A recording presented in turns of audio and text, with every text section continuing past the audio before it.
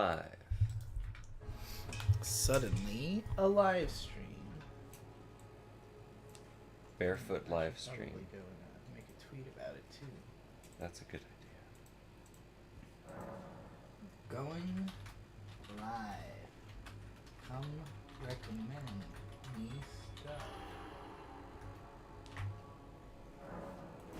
Control Z, Control V rather, did not work. Okay, here we go. We are live. At least I can see our liveness. Let me hear. Let me hear. Let me hear, said Fear and Loathing in Las Vegas. I can hear it. Okay. It was weirdly... I expected it to be further behind, I guess. But it's actually pretty up to date. So hello, everybody. Hello. Happy Easter. Happy Easter. And hello to VOD listeners. Since there's, I think more people listen to these live streams back than actually usually hear them in the moment. We tend to have about 50 concurrent viewers at our height when playing Elden Ring, and about 600 total views by stream's end, and then the VODs get up to about 2K. So hello, VOD viewers listening in the future. I try to keep these things as podcast-like as possible so that they have a reason to stay up on the channel. I've always had a lot of long-form, talky content, kind of unstructured discussion stuff, and people like it. And I have a podcast show, an actual structured podcast show with Bird here, and also Hello. Our friends Riley and Mint Salad on their channel ASE Presents, where you can also get lots of Mint Salad movie reviews. She's been just watching movies constantly and doing reviews, usually in cosplay related to the movie, which is a lot of fun. She makes a really good superhero, and so I want her to be a superhero. I want these movies to lead to her getting a role in the superhero film. I want her movie reviews to lead to her becoming a superhero, because I want Mint Salad to be a superhero, because I think that she I think she could inspire lots of people, is what I'm trying to say, I guess, as a hero. Anyways, we have a podcast with her and Riley and other guests, and it's called the New Void Gazers podcast, and it's on the ASE Presents channel. So if you like this type of content, you should also check that out. But this is the less structured, more rambly, more sort of padded for time in between when we wait for people to show up to chat and start chatting, because we always sort of need something to respond to. Damn it, why'd you have to stream while I'm broke? Anyway, sorry, I can't super chat. Anyway, you kind of smell like a baka, Aaron Yeager. Aaron Yeager is a very sussy baka. Yeah, he is. It does look like our stream is a little bit on the shitter side than it was last time. It says excellent connection. It does, but I'm just saying, Should I change stuff? No, I think it might just be this environment is really detailed, and so it's a little bit, when you do the big swinging camera motions, it's kind of like... Oh yeah, maybe I should change stuff. It's a little laggy, says Anonymous, who is the only person in the chat so far. Oh, I didn't actually tweet this yet. Yeah, it is dropping some frames. I have, Maybe Easter's a big internet day. Who knows? Could be internet's fault. Well, this stream might be dangerously PowerPointy. Usually, though, our audio is fine, and that's what you're really here for, is the audio. I have now finally tweeted. Somehow I had just, left it there I left the tweet written without the link in it. Anyway, this is the boring part for the people listening to the VOD, is where we're trying to manage the early stream. That's why I had to give the whole intro bit, so that it doesn't feel like you're, just, I don't know, maybe they already skipped ahead anyway. Maybe you skip 30% of the way in, just right off the top. I do that with a lot of people's live streams. If they start off slow and kind of, overly concerned about the production value. It is fun to watch it bounce between a PowerPoint and like a really well animated game on the screen.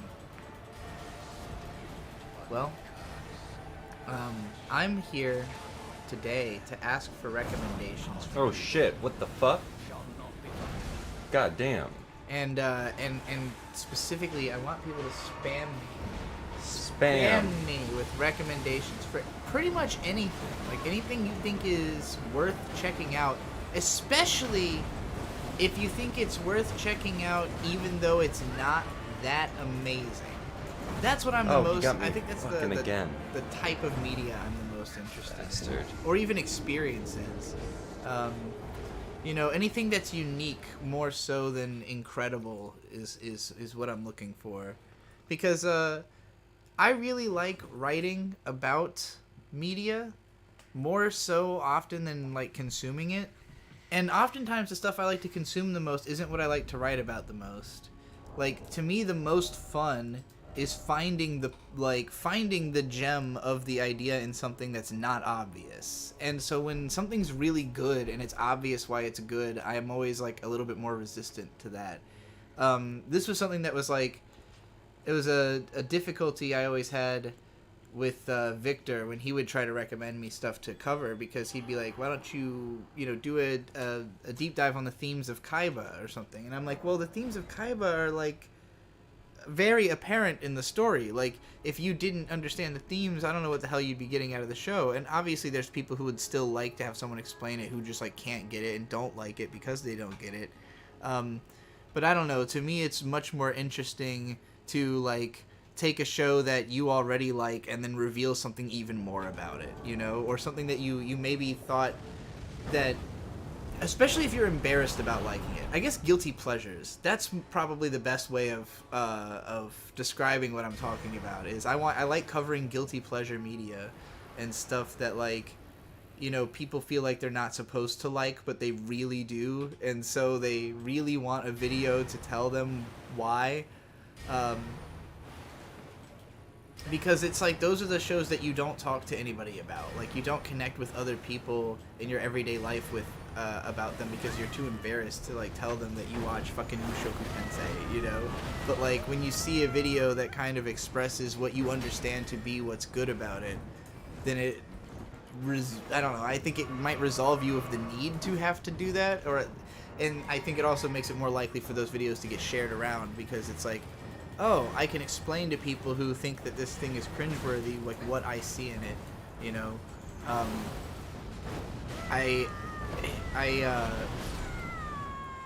I do see a lot of defensiveness too, where like there are fans of Mushoku Tensei who are very happy with the video and are like, wow, you explained it, this show I like in a way that I enjoy, and I enhance my enjoyment.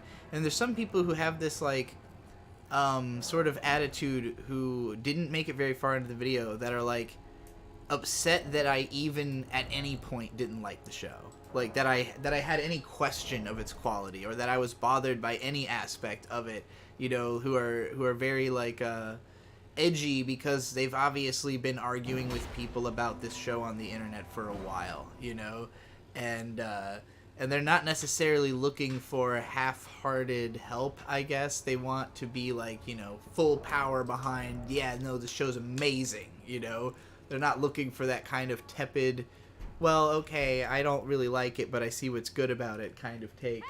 But I think there's a power in that kind of take. It makes it much more accessible to the people you're trying to send it to. They don't want to...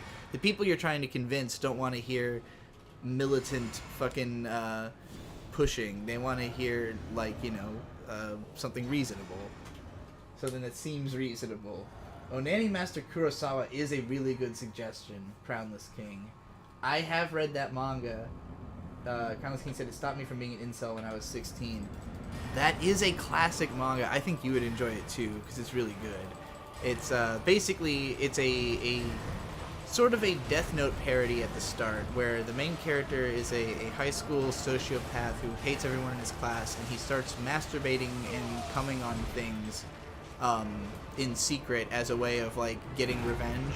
And it's the way that he does it is orchestrated like Light Yagami, like scheming, you know, a Death Note plan, but he's Like, just jizzing on stuff. In Community, the poop bandit, or whatever they call it. Yeah, kind of. And so it's posed as like a dramatic comedy, but as the story goes on, like, people find out, and he has to like face reality and make a massive change, and it becomes this like crazy coming of age story about him like realizing how to be human, and you know, there's other characters who are relevant and stuff, but it's yeah, I read that towards the end of high school as well, and I think like it wasn't like a turning around point for me, because I was just inundating myself with stories like that. Like, everything I was consuming at the time was a turning your life around story, because I was trying to turn my life around, but none of the answers came from stuff like that. But it is a really good manga, so I would love to cover it. It's definitely up the alley of the kind of stuff that I'm talking about.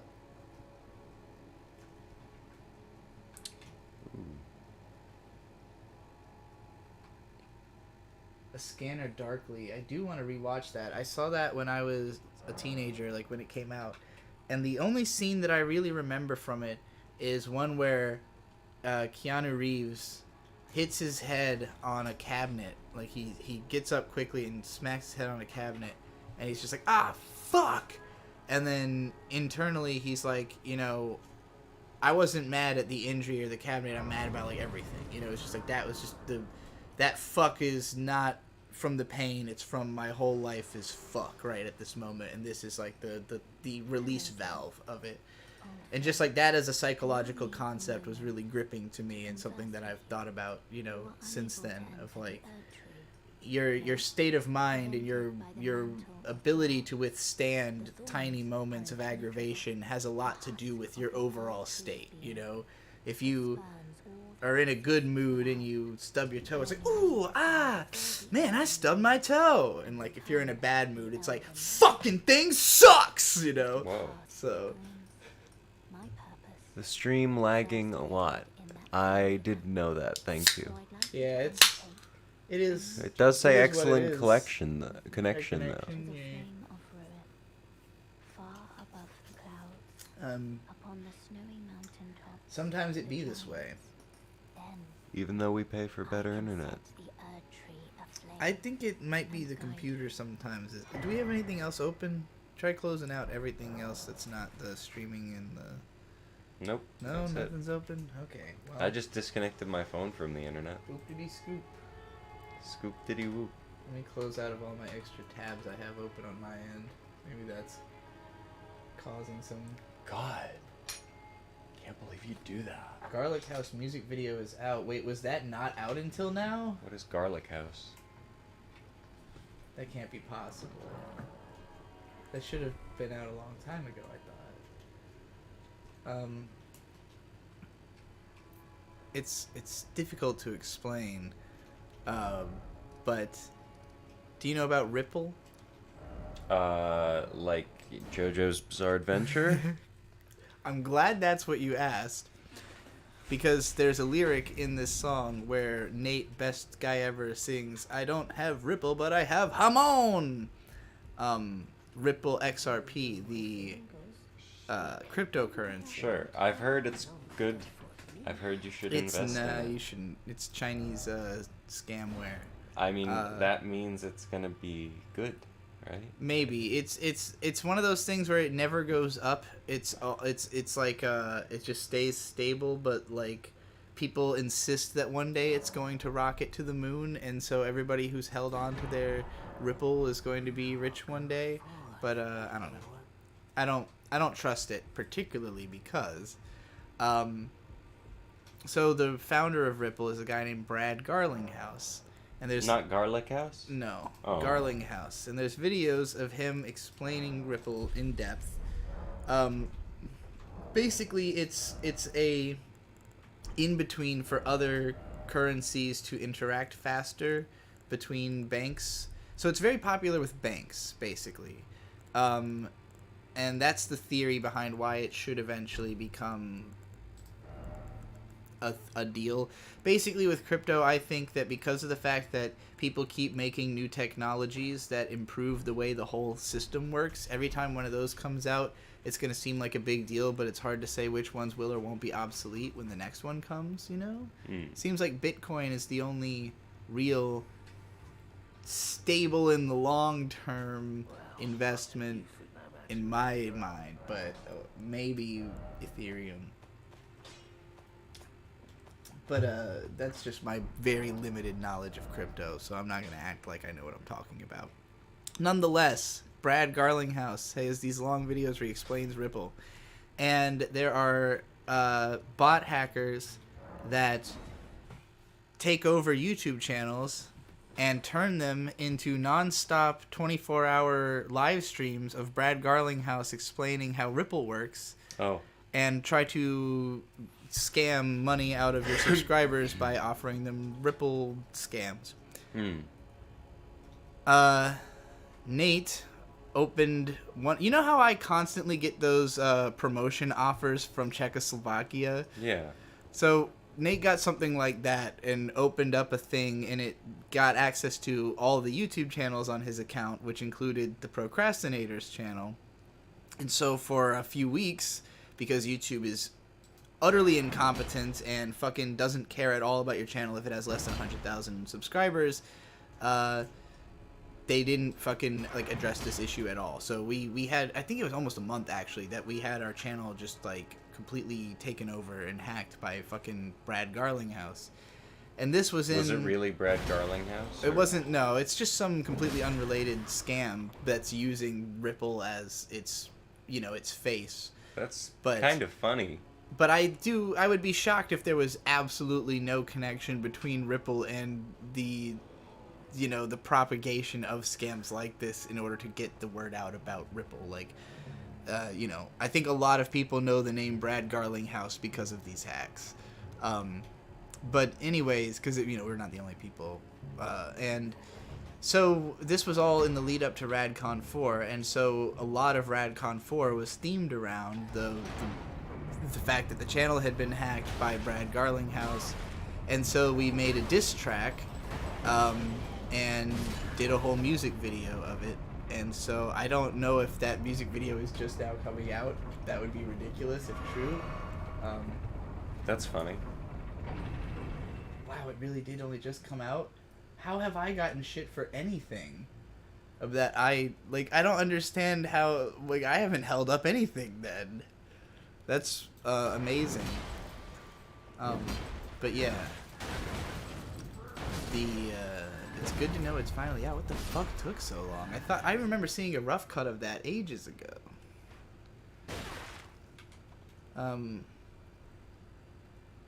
Anyway. I guess it's not worth asking. But yeah, that's the story of how that, why there is a Garlic House music video. Hello to everybody who is here. It is time for you to recommend me things that are strange. To Love Rue. I did read 60 chapters or so of To Love Rue right after I read Bakuman. And I thought it was fairly entertaining, but it just got old eventually. You know, it's like, I was surprised that I was able to read as much as I did and still be entertained by it. But I don't know if I would have anything to say about that series, really. A whole $5. Ooh. Oh, hey, she was on the stream yesterday. Kira Lou with $5 says, what type of comments to receive on videos/streams are your favorite, and what are your least favorite? Also, hi. I would say the ones with money attached. That's got to be my default that's answer. Definitely the number one favorite is comments with money attached.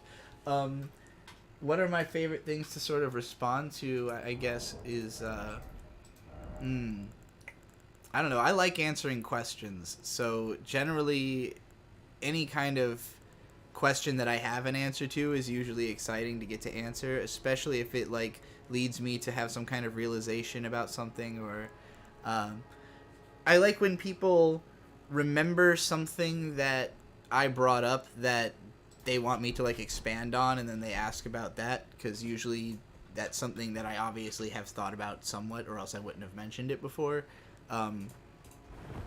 And my least favorite types is when people ask me about stuff that I have never shown any indication whatsoever of knowing about, because then I'm just like, well, I don't know, I've never heard of the thing, I don't know why you expected me to. But it's always hard to know what other people's frame of reference is going to be, so that complicates matters. But yeah, just basically, if the question gives me a lot to say, I'll be very happy, because it means I cover more time in between when super chats. My ideal form of doing the live streams is that the entire time I am responding to super chats, because that makes me feel like I'm doing work, like I'm doing a job, and not hobby streaming because I couldn't think of something better to do on a Sunday. Trixie, check out Ya Boy Kong Ming. It's a new series, and great unironically. Ya Boy? Somebody else mentioned this before, because I was like, is it really called Ya Boy? And it is. Ya Boy Kong Ming. But it is a Japanese manga in Weekly Young Magazine. What is this, it seems to be about... Okay. Famous military strategist on his deathbed wishes to be born in a peaceful place. Yeah, somebody else recommended this to me for sure. He becomes a party goer in Tokyo. So he really is your boy. Oh, it's got a PA Works anime. Alright, we're definitely gonna check this out. This sounds like something that we would both enjoy. I think I want to show Bird a lot of PA Works shows, because Another is like one of your favorite anime, and that's from that studio, and just the way that they do anime, I think would appeal to you a lot more than most anime. And I'm at a point now where like I just want to see stuff that's like done really different, and I know that their stuff is done really different, and like I used to want to see stuff that's done different and like good, or at least good in a way that appeals to me directly, and now I care less about that and more about like that it's not like sleep-inducingly generic, because some of them like isekai shows, like I just can't get far enough in them to figure out what the unique slant is, where like I'll get through 2 or 3 episodes and I'll be like, okay, I get how this is entertaining, but I fucking so don't care, and it's gonna take a long time for me to be able to pull examples to justify anything I want to say about it. You know what I mean? Like, there was, for example, I brought up on the last stream that I had tried starting up Witchcraft Works, and I was dissuaded because of the fact that the manga is so much longer than the anime, and the anime seemed pointless. But like in the first episode, I had picked up on that, like the main character boy is very mindful. He cares about other people's opinions, and the fact that the girl is like, everyone in class is obsessed with her, and they all like hate him for being around her. Like, he doesn't like causing that conflict, whereas she sees all of them as like, no, these people are all assholes. Like, they're all being unreasonable. They're all clinging to me when I haven't, given them any reason to. So like, she see like that difference in perspective between the two of them is the most interesting thing about that series in the first episode. But by the end of 2 or 3 episodes, I was like, well, I'm not going to get to the moments that best explore this theme in the course of this anime season, because it's just not going to cover enough of the manga to say anything meaningful or have those cool moments that really make, that are now going to be what people remember the series for. And so, if, with something like Spy Family, where the first episode was so good and so dense that I could literally just use scenes from that one episode to get 10 minutes worth of, describing what's good about the series, and I know that, maybe 2-3 episodes later, enough new shit will have happened that I could probably do it again, That's a crazy good show to be able to dissect in that way. you know, I would probably be more afraid if it was not a new show that I was like going back and trying to cover, because I'd be like, oh, there's so much to say, it's so long. It's only because it happens to be just now coming out and I already knew about it, and there's only one episode that was like perfect. This is exactly in line with the speed at which I'm trying to accomplish these videos. Okutachi Gai Yarimashita. Semi-realistic manga about a couple of Japanese high school dudes who make some big mistakes and need to repent, but then shit just gets whacked until the end of the story. What kind of big mistakes are we talking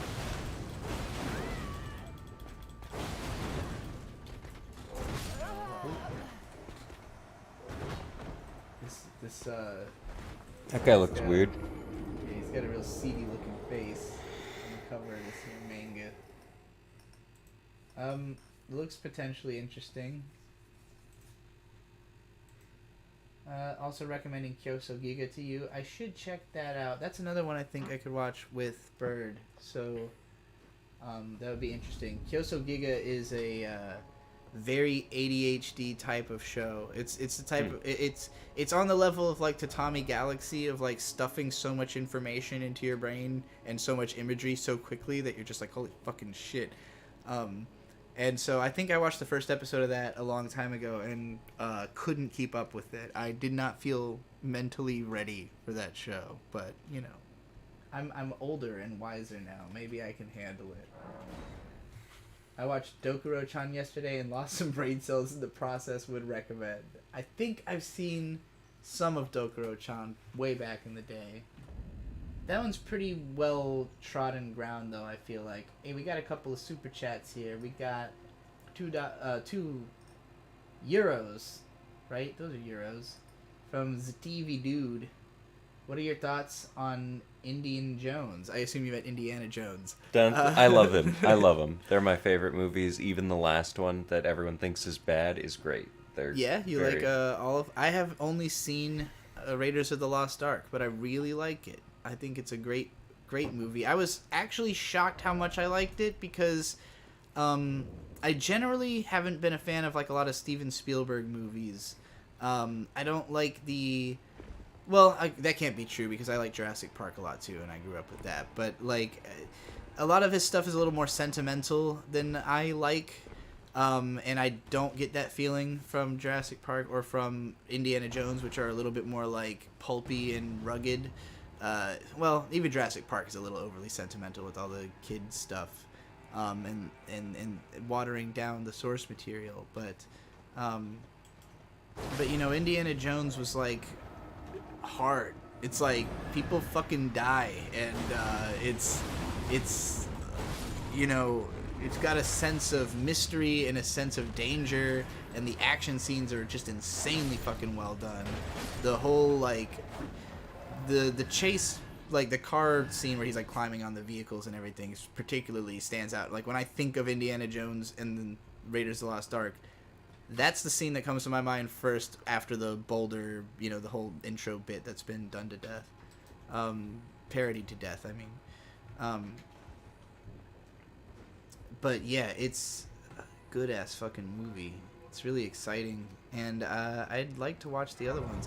That's on the short list of movies I could see myself eventually doing analysis videos on, but it's a little deeper than like a let's plow through this in a day kind of thing, you know? Like, I have a lot of difficulty with films, because if a film is really good, then there is a fucking lot to say about it, you know? Like, you should be able to go on for hours about a really great film, and there's a list of films I know I could do that with, but it would take that level of investigation of like, I'm gonna watch this movie 3 times today and really know what I'm gonna say about it, you know? I want to do that with In Bruges sometime. I love that movie. I also like that movie. It's really, really fun. That movie has just like I feel like everybody has like a movie that captures their particular nervous energy. You know what I mean? And that movie kind of captures my nervous energy to some degree, of like the out of placeness that I feel, and the jumpiness and like constant movement of like, all right, I'm ready to go do something fun to get away from this like constant existential feeling that like that death is creeping right over my shoulder, because I'm a terrible person, and that's like the existential fear in that film. It's really good and funny also. And do you think there's a movie that you can think of that represents like your particular anxiety? I feel like another probably must be like that to some extent, because the awkwardness of that show felt like how I've seen you in awkward moments, just kind of like, why are they still staring at me? Like, why are they still looking at me? It's a good one.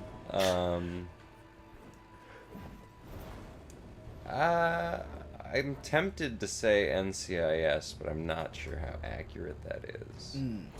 That show doesn't really fill me with a sense of dread or paranoia. Does it fill you with should.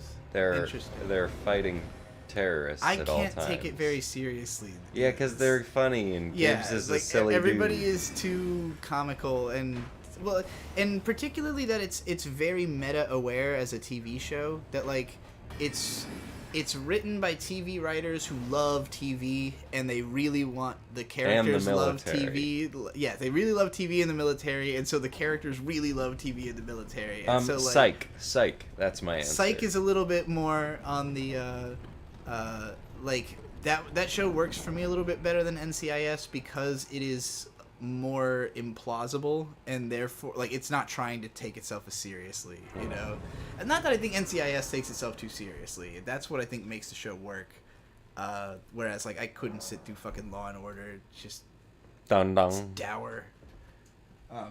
Soba Mask with $2 said, eat a doo-doo sandwich or drink a doo-doo milkshake. I really wouldn't want to do either. I wouldn't either. I could dilute a doo-doo milkshake probably better. But I could also put toppings on a doo-doo sandwich. Or a milkshake. I mean, neither. Like, I just wouldn't do either. Kira with $2. Game over. And a ghost. Did you die? Yeah, I got knocked off on the bridge. Oh, no. Thanks for the $2 to Band-Aid the wound. That's how much a Band-Aid costs, right? $2? Yeah. Something like that. Kenya Boy. Crowdless King says Kenya Boy is like the room where it's supposed to be serious and it takes itself 100,000% serious, but there's like a giant snake that helps kids escape a Nazi atomic bomb. We definitely have to watch Kenya Boy sometime. I would like to watch that movie on acid. That would be the optimal experience of that film to me, because the first time I watched it felt like I was on drugs. I think I was probably drunk, but like it was one of those experiences that was so implausible and so like the art style changes constantly throughout the movie. Everything that happens is fucking batshit nuts. It's like an entire saga's length. It's like basically if you took like Nadia, Secret of Blue Water or something, and condensed the entire 39 episodes into one movie about a Japanese kid getting left in Kenya, and like I can't remember if he was like raised by fucking lions or something for a while, or how he's like trying to find his way back to civilization from having been abandoned in Kenya, and it's just a absolutely bonkers fucking movie. Highly recommended if you have like a group of people you watch weird stuff with, or if you just, want to watch something really fucking weird. Everybody should see Kenya Boy and Ice City. Those are both like the two ultimate just what in the flying fuck did I just sit through movies that don't have any pornography in them. If you don't care about pornography being in them, then you need Urotsuki Doji and Midori. But, just be warned that it will ruin your life. NCIS has bright and poppy lighting and undramatic cinematography. That is also a positive. Why is Urotsuki Doji one of your faves? Because it looks so fucking crazy. That movie just... I'm really into aesthetics, and that film's aesthetics are fucking incredible. And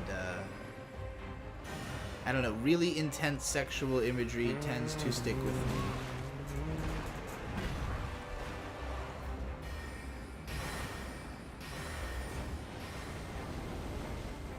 Big lasers. True Fox 1 with $10 says, previously you mentioned that you like when ecchi goes all the way into softcore porn territory while giving praise to shows like Saquon no Quasar and Conoclone. Do you still hold this view? I do. I think that it just sends... It just shows more confidence in what you're trying to do in your messaging, really. I think a lot of the time where...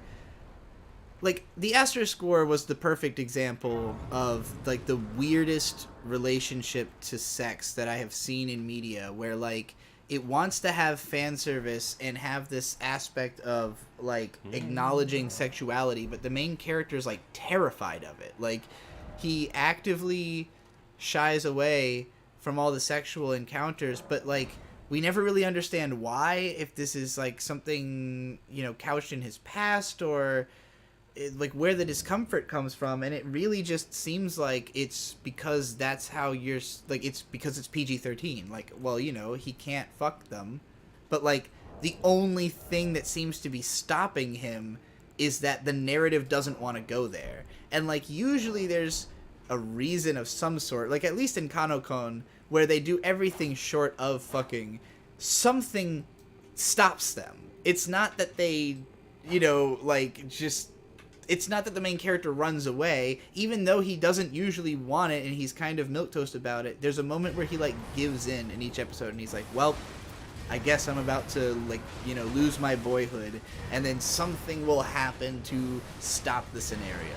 And, like, that can be annoying, especially if a story is just that, which some, like, Vigata HK or Nazo no Kanojo X, or even Bisque Doll now, are all stories that kind of are like just teasing out as long as possible these characters not fucking when it's, but like doing every PG-13 sexual scenario between here and fucking. And that to me is like, well, okay, like just make it porn. Just make porn. And I understand that it's the only reason they're not making it porn is it reaches a broader audience. Just people who are not comfortable enough with full-blown pornography will, you know, will buy this stuff that is actually sold in stores.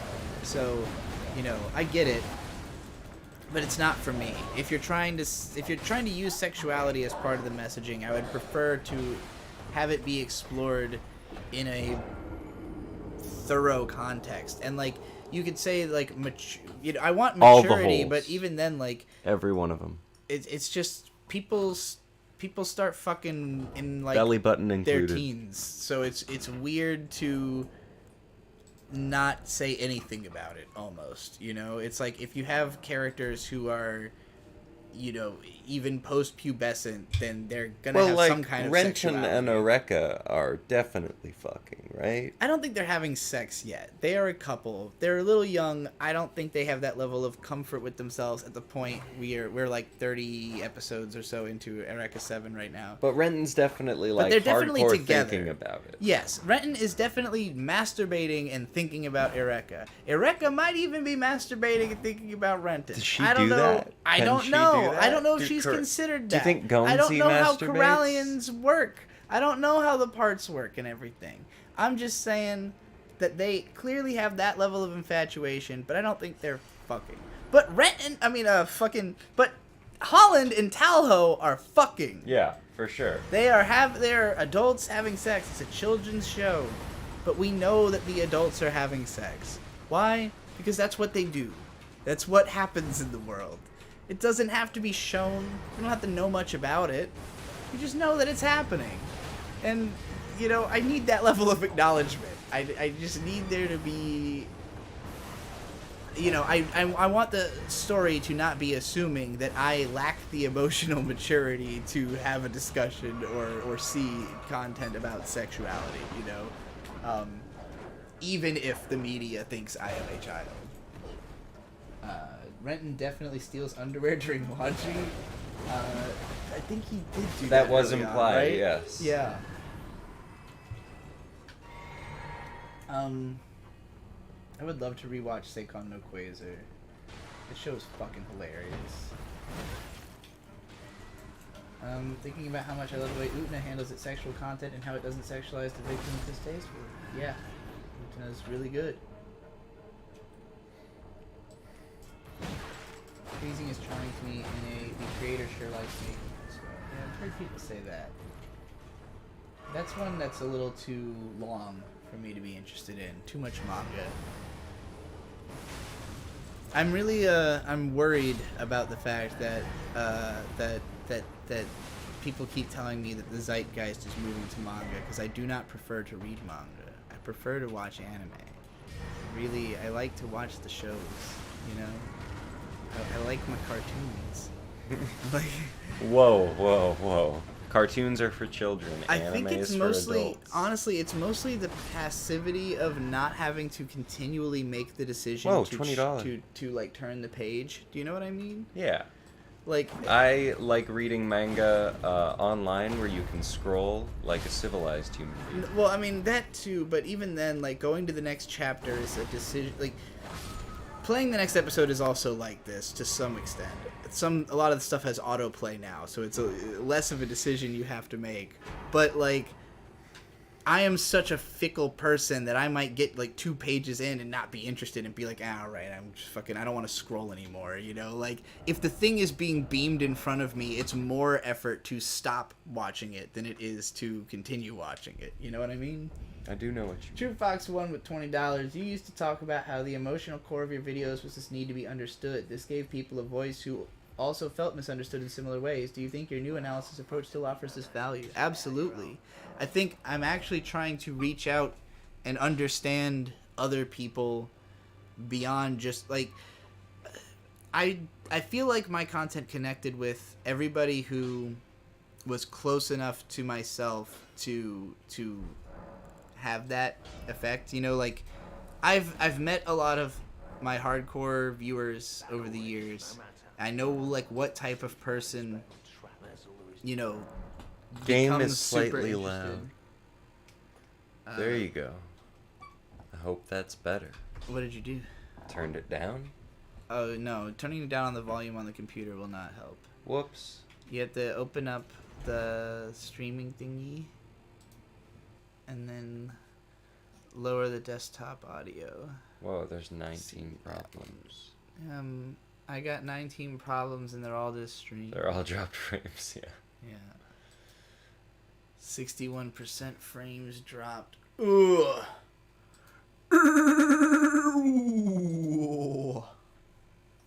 But yeah, Well, I think that, you know, before I was trying to understand myself through media. So it's like, watch this show. What does it say about me that I like this? Let me talk about that. What does it say about me that I don't like this? Let me talk about that. And so that allowed my content to connect with people who think a lot like me.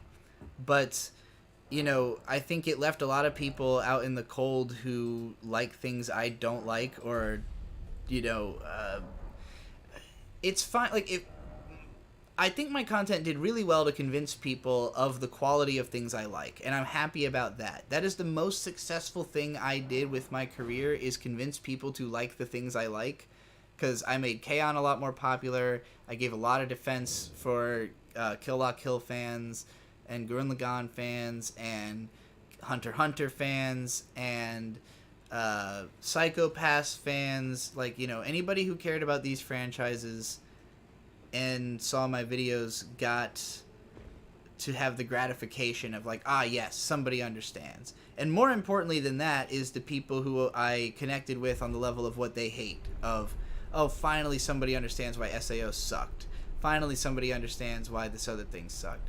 But what I would think would have been even better in the long run is if I could have explained why SAO is interesting in spite of how it sucks. Like, explain all the same stuff about how it sucks, but also explain why it's good, because it has to be good to be beloved by so many people. Like, there is a good thing about it. It is doing something good for those people even if there's all this stuff that they are missing out on that has a negative effect for me, you know, that probably doesn't even fucking affect them at all. They don't even register it.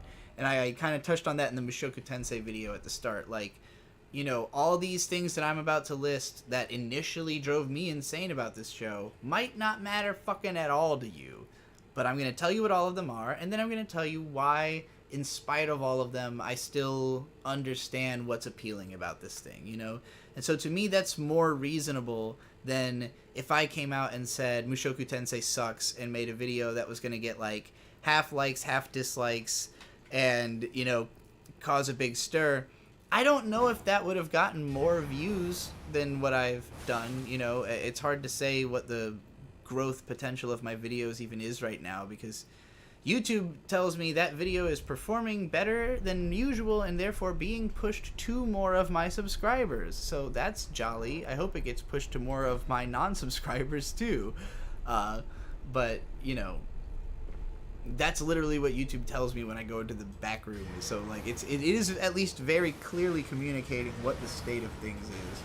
But yeah, like, to me, you know, if I were to make, like, when fucking Sword Online Progressive movie finally comes out online, I'm probably going to make a video that's a lot closer in tone to that Mushoku Tensei video about it. That's like, hey, you know, I've had 10 years to think about SAO, and there's a lot of stuff that is really interesting about it, that has kept me thinking about it, that, you know, it doesn't capitalize that well on, but it got me thinking, it inspired me. I've written my own stories that, you know, take elements from all these shitty light novels that I hate, so I have to thank them for the inspiration. So, yeah. Soba Mask with $2 says, never watch anime again or never play video games? Anime. That's really fucking tough. I probably would pick anime as well, just because I've gotten enough enjoyment out of anime and I could just disappear. Like, it would be my excuse to untether myself from anime and go into video games hardcore. But, like, the only reason I don't play more video games is that I haven't developed a, Gamer sense. Oh no, YouTube is not receiving smooth enough video. I think I have a gamer sense. It's just like I don't have a strong enough stable of games that I like returning to that No data. or the stream will end shortly unless you restart it in your streaming software. Go restart it. We gotta restart, I think. Okay. I know, baby.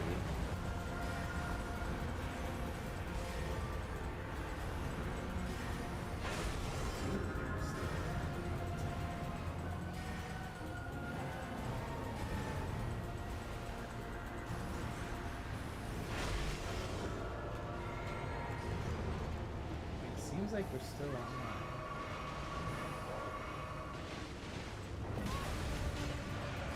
I'm still getting an audio of everything.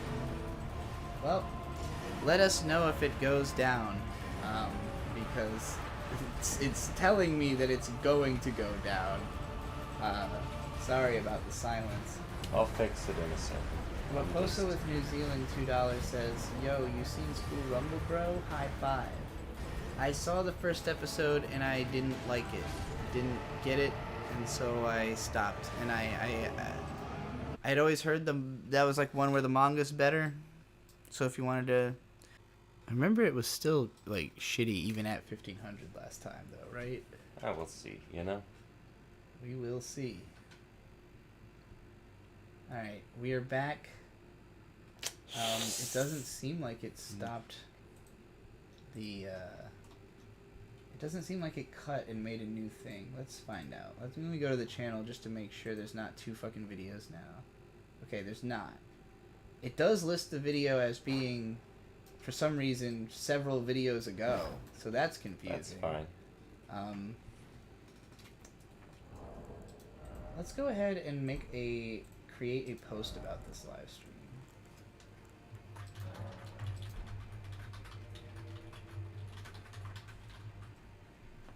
Come recommend me stuff on my live stream.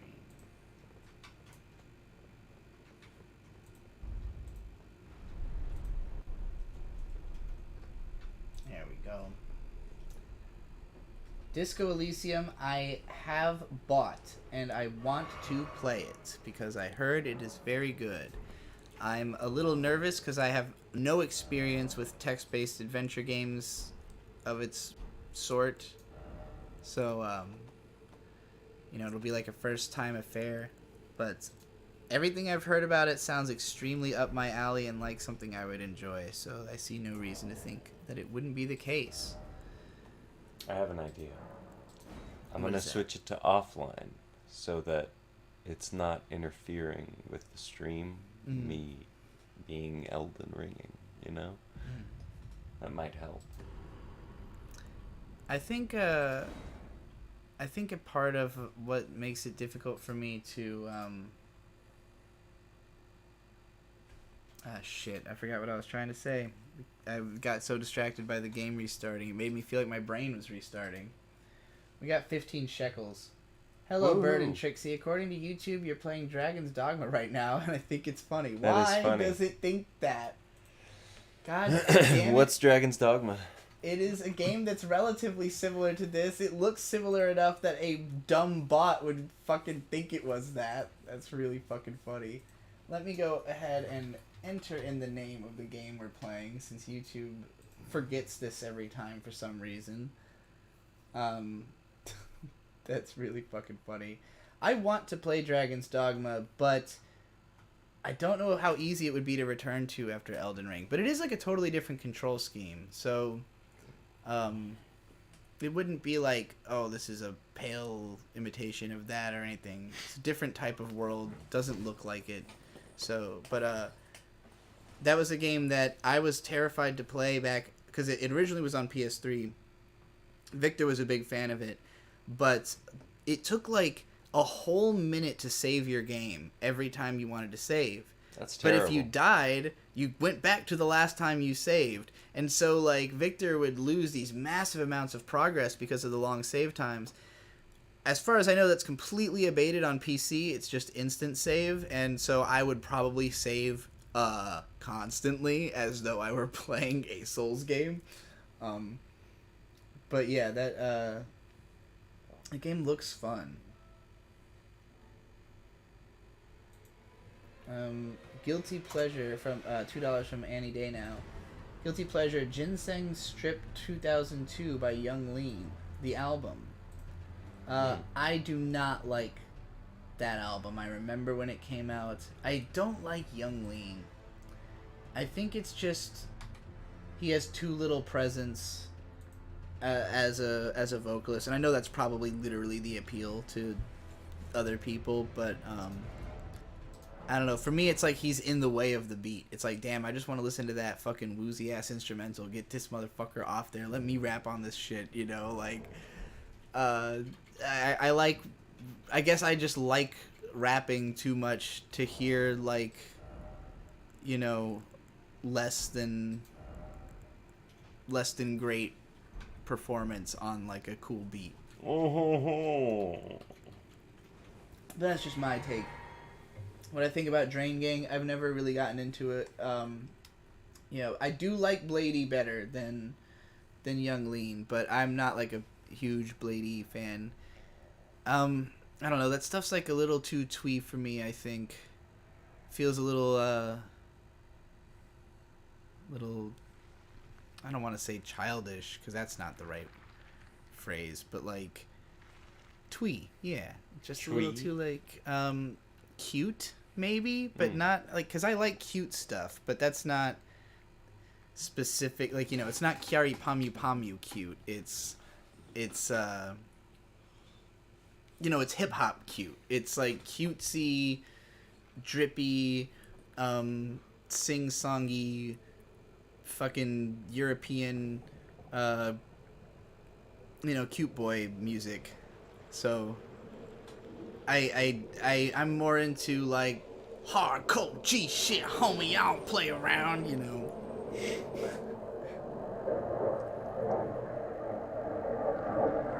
Big plane. Big plane. It's okay. There's a cutscene. Big plane.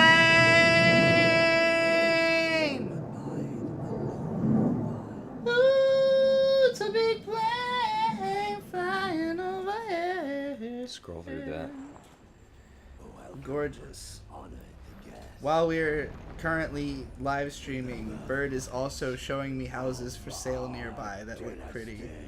I mean, there's a 2-bedroom at a pretty reasonable price for around here. $954 a month would be anything under $1,000 a month. I am like. Well, nothing's gonna be under 1,000 because bills. This is ultimately. well, okay, but I'm not counting the bills. I'm just saying, like, rent alone. I've never, none of the places that I have had in my name have been under $1,000 a month. That was the biggest mistake I've made throughout my 20s. Paying too much for rent. Other than weed, but you know, some mistakes you have to make, some you don't. I didn't have to make the mistake of paying too much for rent. I just didn't know how low rent could be.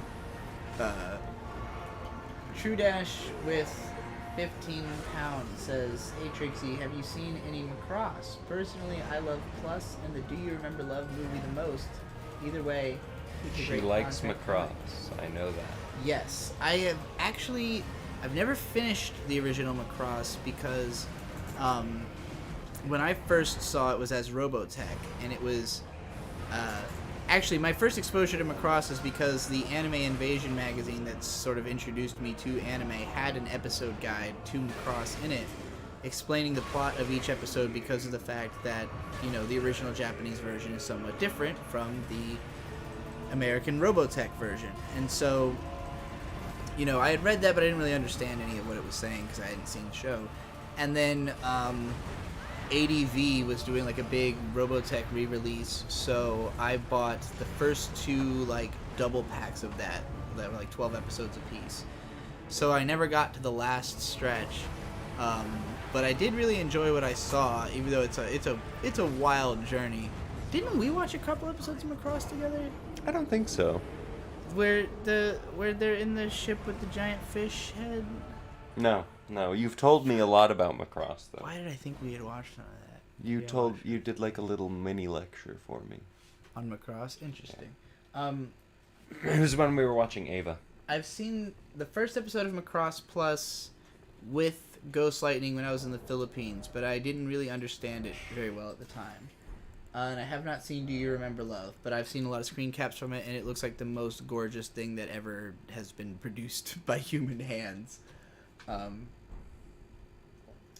But yeah, Robotech, I was enjoying. I like the characters, I like the story. I also was into the games because I had the Robotech Macross Saga GBA game, which is not a particularly well rated shmup, but was probably the first one I ever really got into. And also Robotech Battlecry on the GameCube, which the flying around in a ship, the shooting flight simulation segments were really fun in that, and then the ground segments were a dog shit nightmare. So I never beat that one. Shoe Fox 1 with $5. When it comes to fan service scenes, how important is the ecchi choreography to you? What do you think makes a good ecchi scene? Great question, actually. No, not for me. I'm not the big boobs.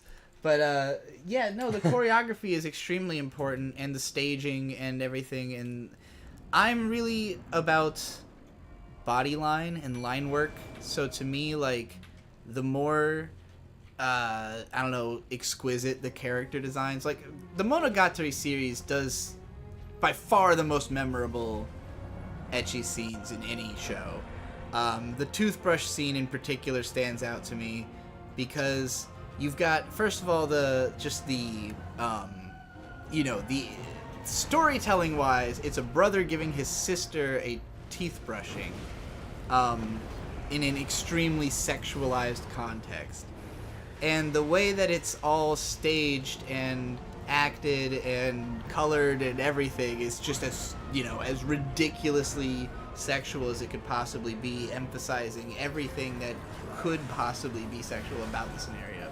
So, like, going into that level of depth, I mean, only Nisei Monogatari has ever truly done it. But I appreciate it. I appreciate when you're really trying to realize something to the fullest extent. It's not just like, haha, titty go bounce, pop boner. It's like, Aww, you know, it's titty like, go bounce. It's like a whole fucking conceptual, you know, thing. But yeah, choreography. It's an interesting word, choreography. I would say like posing is a word that I would use more when it comes to ecchi scenes, especially in manga. Like, to me, what makes or breaks an ecchi manga is like what kind of poses the author likes, like what angles they choose to draw characters from and stuff like that. Because, you know, a lot of the times it's just trashy looking. It's just like, that's not really appealing. Like, you've drawn an appealing person in an unappealing way, and that's unfortunate.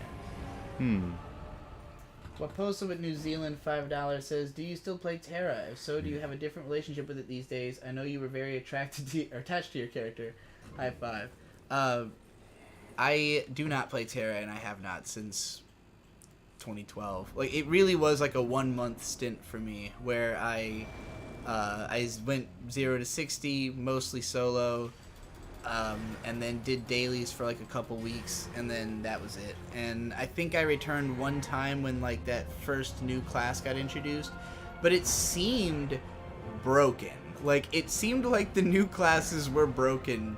And I don't know, to me, I've never gotten into an MMORPG on the social level where like I'm actually involved in it as like a community thing, or like have friends in there that I'm hanging out with, you know, the stuff that you're supposed to like come to MMOs for.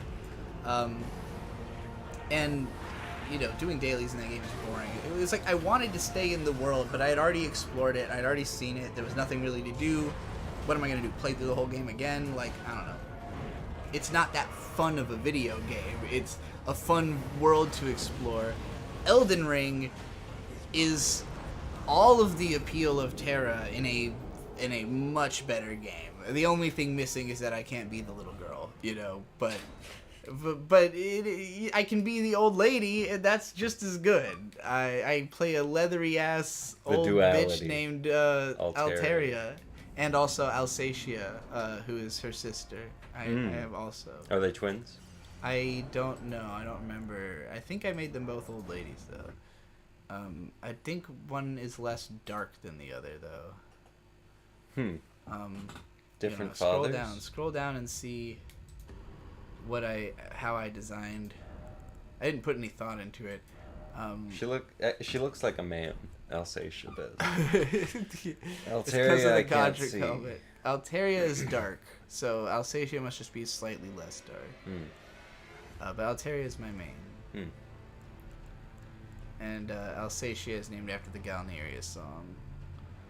We'll find the path to Alsacia. We'll lose if we don't fight now.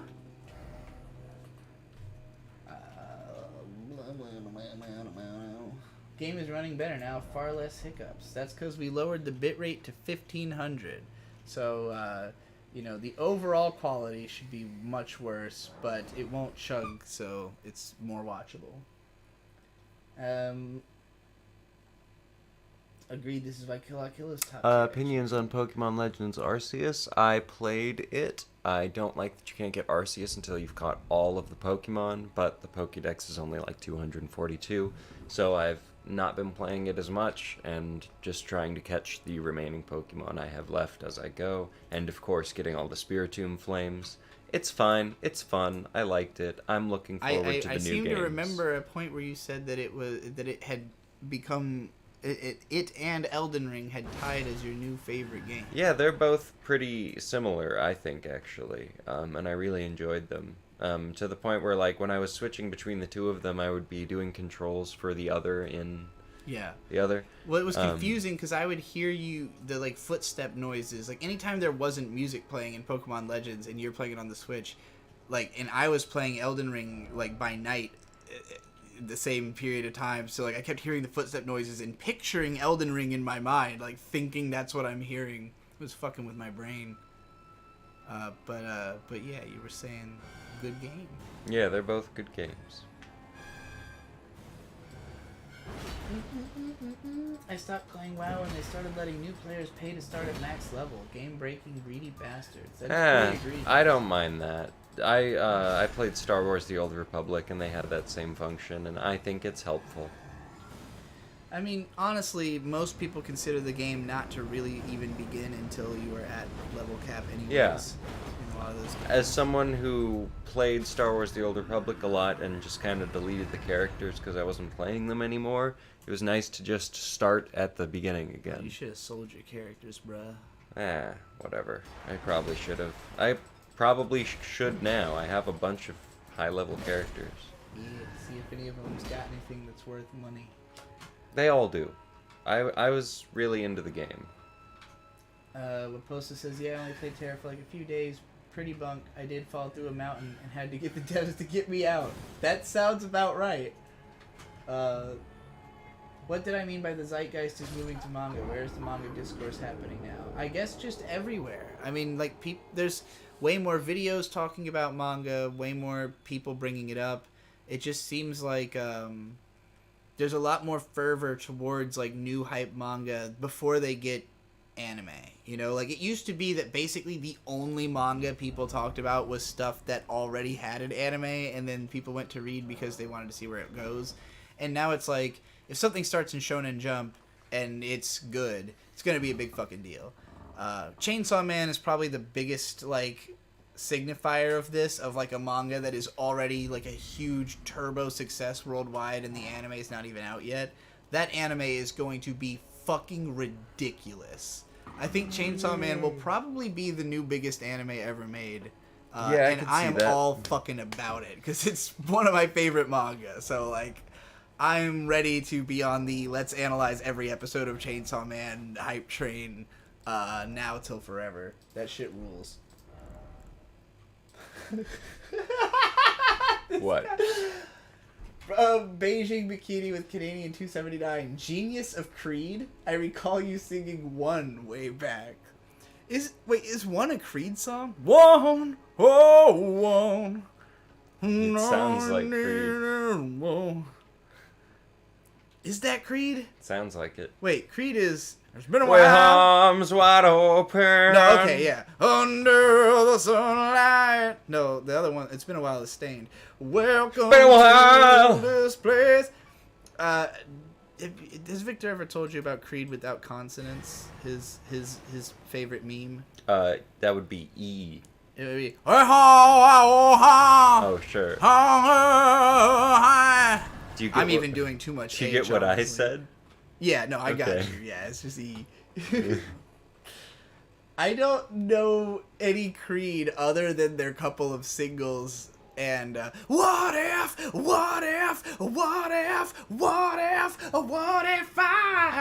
I thought that Daughtry was the lead singer of Creed.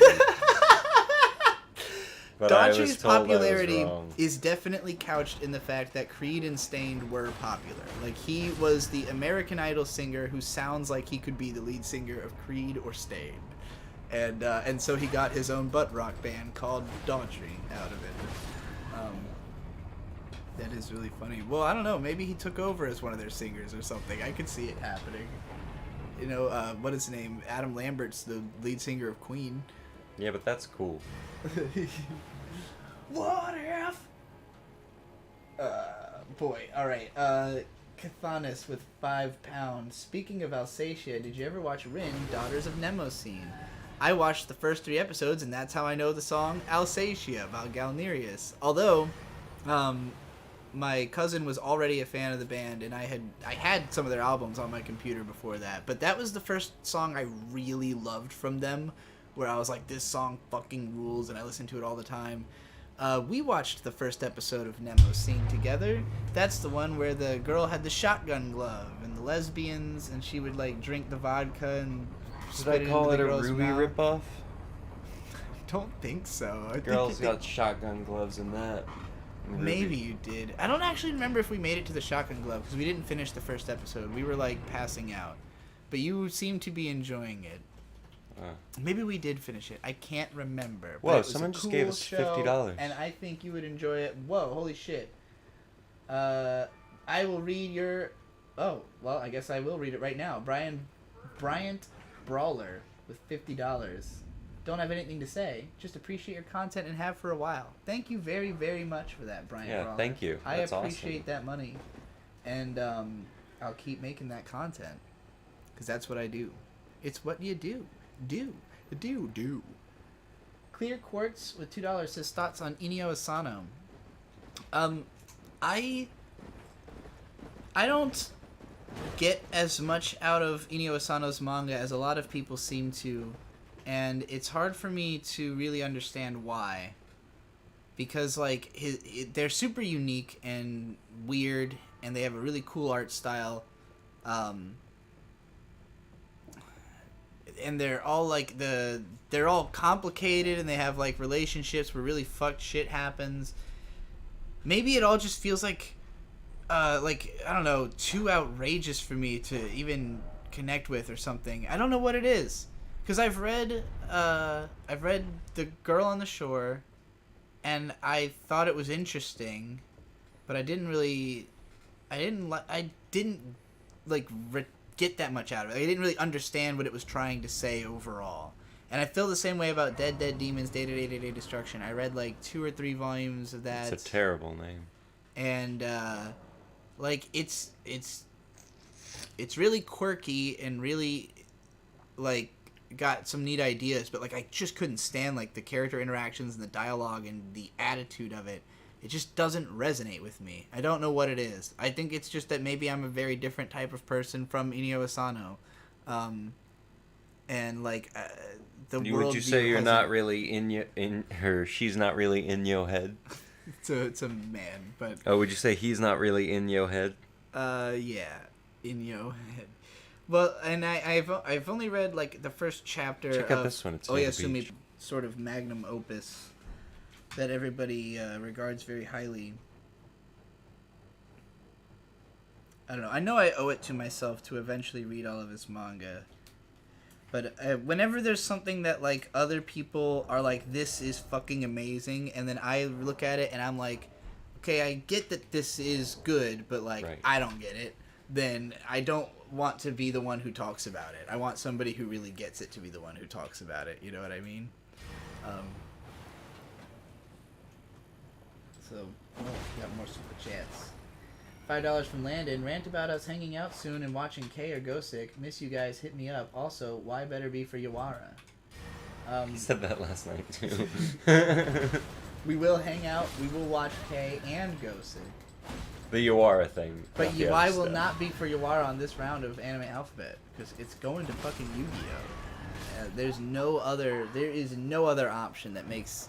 We've Yawara got the heart of the cards. When we get to the sports anime alphabet, then we can do Yawara. Now, sports might be the last anime alphabet, as it is the least popular genre of anime. Yawara this, Yawara that. How come you never Yawara some bitches? How come you weren't getting yourself some bitches? That's good. Come on. Yeah. Hey, I'm not funny. Waposa with New Zealand $5. Ever had an interest in Atelier or Blue Reflections? She likes Atelier. What? You like Atelier, right? What are you talking about? What do you think Atelier is? The show you watch. Oh, Atelier? the Netflix show. That is not what this person's talking about. about. Oh, what are they talking about? They're talking about video games. Oh, funny. Thought they might be your style. Pretty chill, beautifully easy JRPGs. High five. I played Atelier Iris, which I think is the first one. Well, it wasn't the first one, but it's the first one to come out in America. And I'd never beat it. I got like a little bit into it, and I'm not somebody who tends to dive deep into crafting systems in games, and that's kind of like what the like bread and butter of those games is. They're alchemy games. It's like you have an atelier. They're turn-based RPGs, but where there's a massive crafting element to it. Yeah, it sounds like I would hate them. Yeah, I'm not big into the crafting, so like I've known people who like clicked with those games immediately because they were like, oh, I can combine stuff, awesome, you know. And I was just kind of like, I tend to, when I play a video game, to find the optimal thing to do and then do it, you know, like just whatever is the most effective thing, just do that. I don't tend to play very creatively. I've tried to be a little bit different in Elden Ring, but in Elden Ring you kind of have to be creative to be effective, so it feels like it doesn't feel like I'm reinventing the wheel or anything. It feels like I'm doing one of the few things that works, you know. But yeah, I don't tend to play very creative video games. When I played Minecraft for a little while, I played in creative mode, and I was just trying to build a giant city made of glass. I played mostly in survival, and I was mostly focused on building treehouse farms, which was fun. I liked it. That does sound cool. Thanks for the advice on Mal. No problem. He's my favorite manga, and I think it's because the stories are just overtly voyeuristic. Like, I'm very aware of that by reading his stories and looking in on moments that I really shouldn't be. That is, that's an interesting take. I like that. Surprised that you're not going to do Yu Yu Hakusho for why, given your love for it. It's Yu-Gi-Oh! Just makes more sense. And I don't have a Yu-Gi-Oh! Video. I have a popular Yu Yu Hakusho video. So, you know, I will... So...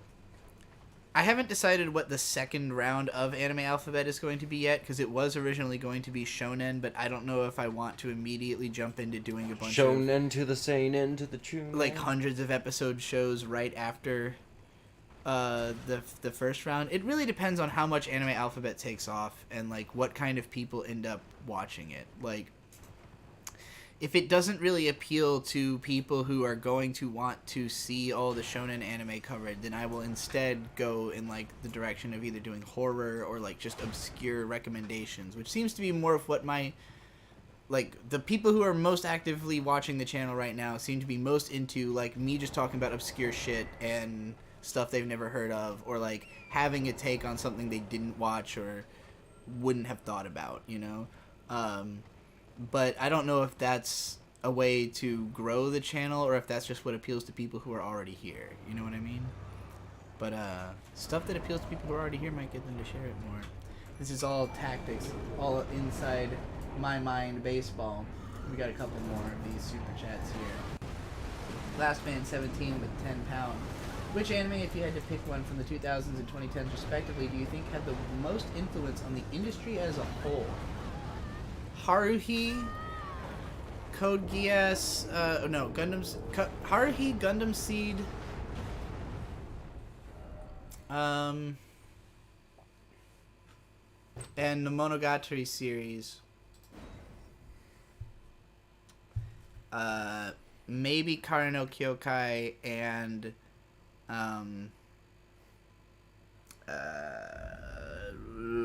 yeah, I want to say like Boku no Hero Academia or something like that. But basically, how I will justify each of these is, I think that Gundam Seed set the tone for like the hyper successful, how do I put it? Military dramas for teenagers. Like, whereas Gundam was like made to be, Gundam has a teenage protagonist. And so it appeals to teenagers, but most of the characters are adults, and it deals with very adult themes, and it's a complex, dark story, and there's no hero. Gundam Seed is like a really dumbed down, you know, version where like most of the characters are teenagers, and the main character can get away with not killing anybody, and is like a heroic figure, and like it's just doesn't have that same kind of like, you know, darkness and depth that the older Gundam shows had. And you could say, you know, it was following in the footsteps of like Gundam Wing and stuff like that, but I think that the insane success of Gundam Seed is what led to us getting like Code Geass and you know, I guess Death Note also counts as insanely influential, so you have to put that in there. Like, the manga is more influential than the anime, since it, you know, was already popular as a manga series, but the anime helped it to have a worldwide success for sure. And death games and just like any kind of psychological like sociopath hero type stuff, like all that became really popular in the wake of Death Note. So like the combination of those two, I think. What are you playing? Is that Elden Ring? Yeah, it is Elden Ring. Shout out to my good friend Michael, who's at church probably. At church watching you die in Elden Ring. Bring yourself back to Oh my life. God. My work chat at the mountain, someone just sent shout out at Jesus for defeating death. Happy Easter, everyone. Beast. Sludge, even. That's really funny. The Melancholy of Haruhi Suzumiya raised the bar for moe anime. It made it so shows about cute girls could have like cool production values and dank fight scenes. It made light novel adaptations even more popular, and then the Monogatari series and Madoka Magica both being extremely successful, I think, were huge influences. Madoka Magica caused this like whole dark magical girl craze throughout the rest of the 2010s. Monogatari spawned tons and tons of light novel adaptations, but also I think helped to create this system of like, we're gonna just break the show into seasons and just like keep releasing it once a year forever, like a regular TV show, instead of the way that anime tended to be of just like open and shut cases.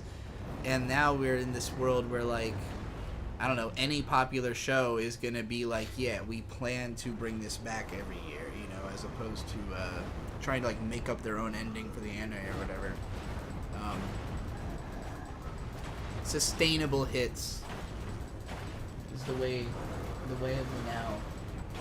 So those are some of the most influential ones that come to mind right off the top.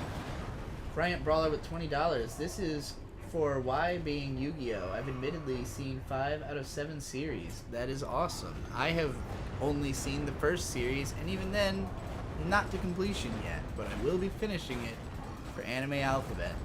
I was huge into Yu-Gi-Oh! In 2002 because my family had moved to Florida for a brief stint and ran out of money, and then moved back to Virginia Beach, and we didn't have cable, so all I had was WB, and the only cartoon was Yu-Gi-Oh! But it came on like right when I got home from school.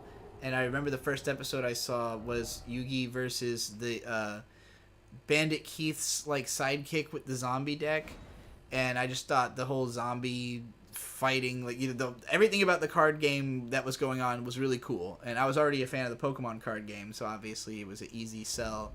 And I got really into Yu-Gi-Oh! For like a year and a half. And Seto Kaiba is my favorite.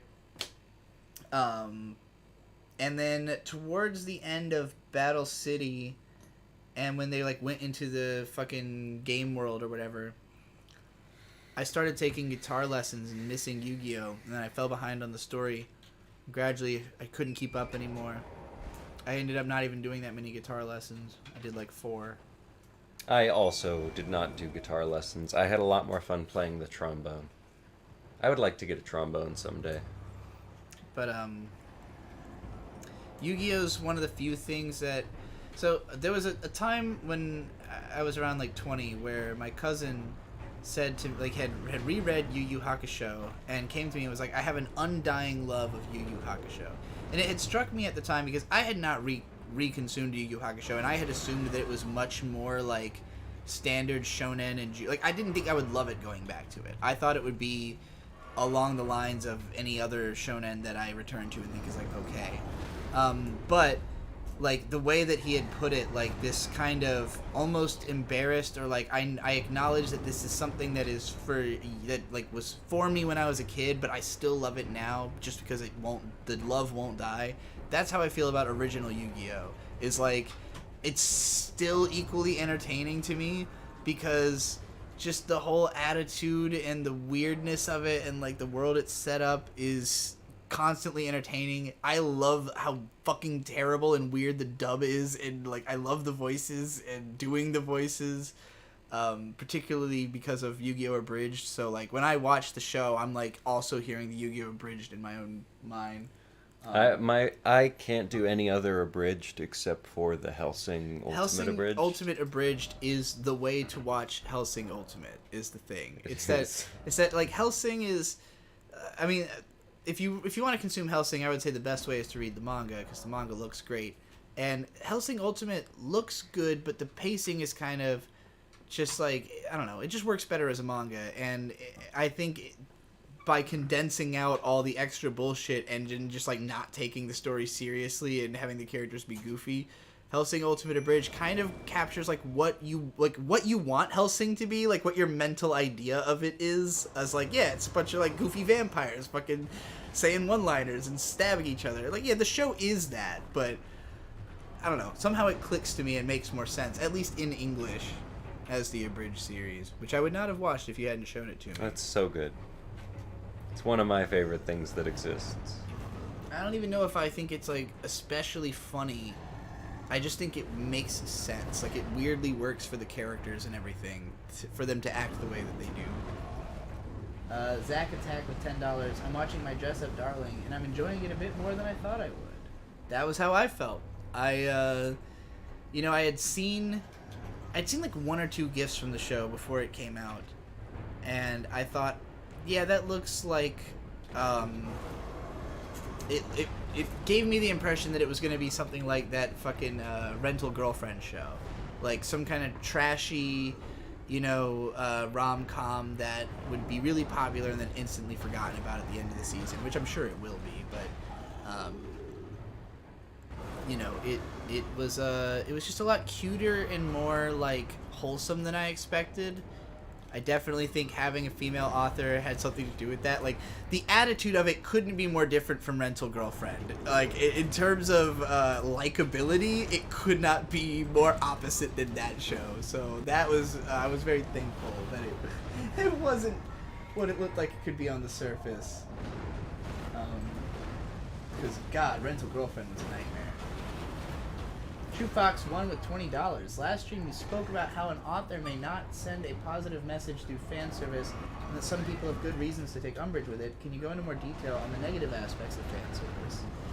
Sure. I mean, like, ultimately when you consume a piece of media, right, like, you're trying to have a meaningful experience and be engaged and, like, not taken out of it by anything, and to feel like, you got what you came for emotionally, like, and obviously there has to be some element of surprise. You're not supposed to, like, know the story before you go into it. But I think that, especially with anime, there's a lot of times where, like, I said earlier that because of the fact that sex is a part of everyone's life, it makes sense to include it in most stories, because, like, if you're telling a story of someone's life, there's going to be an element of sexuality, but you have to really think about how you're going to incorporate that and what it means.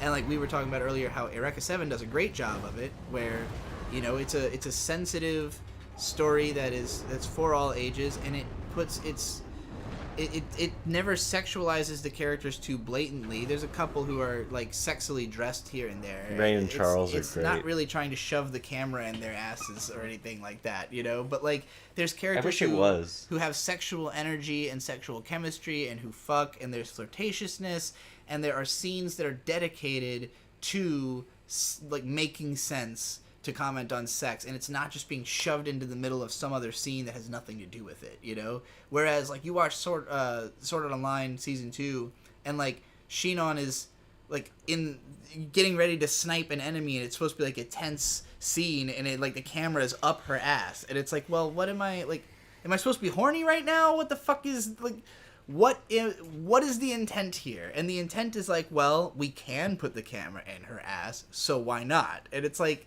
nice. I like that.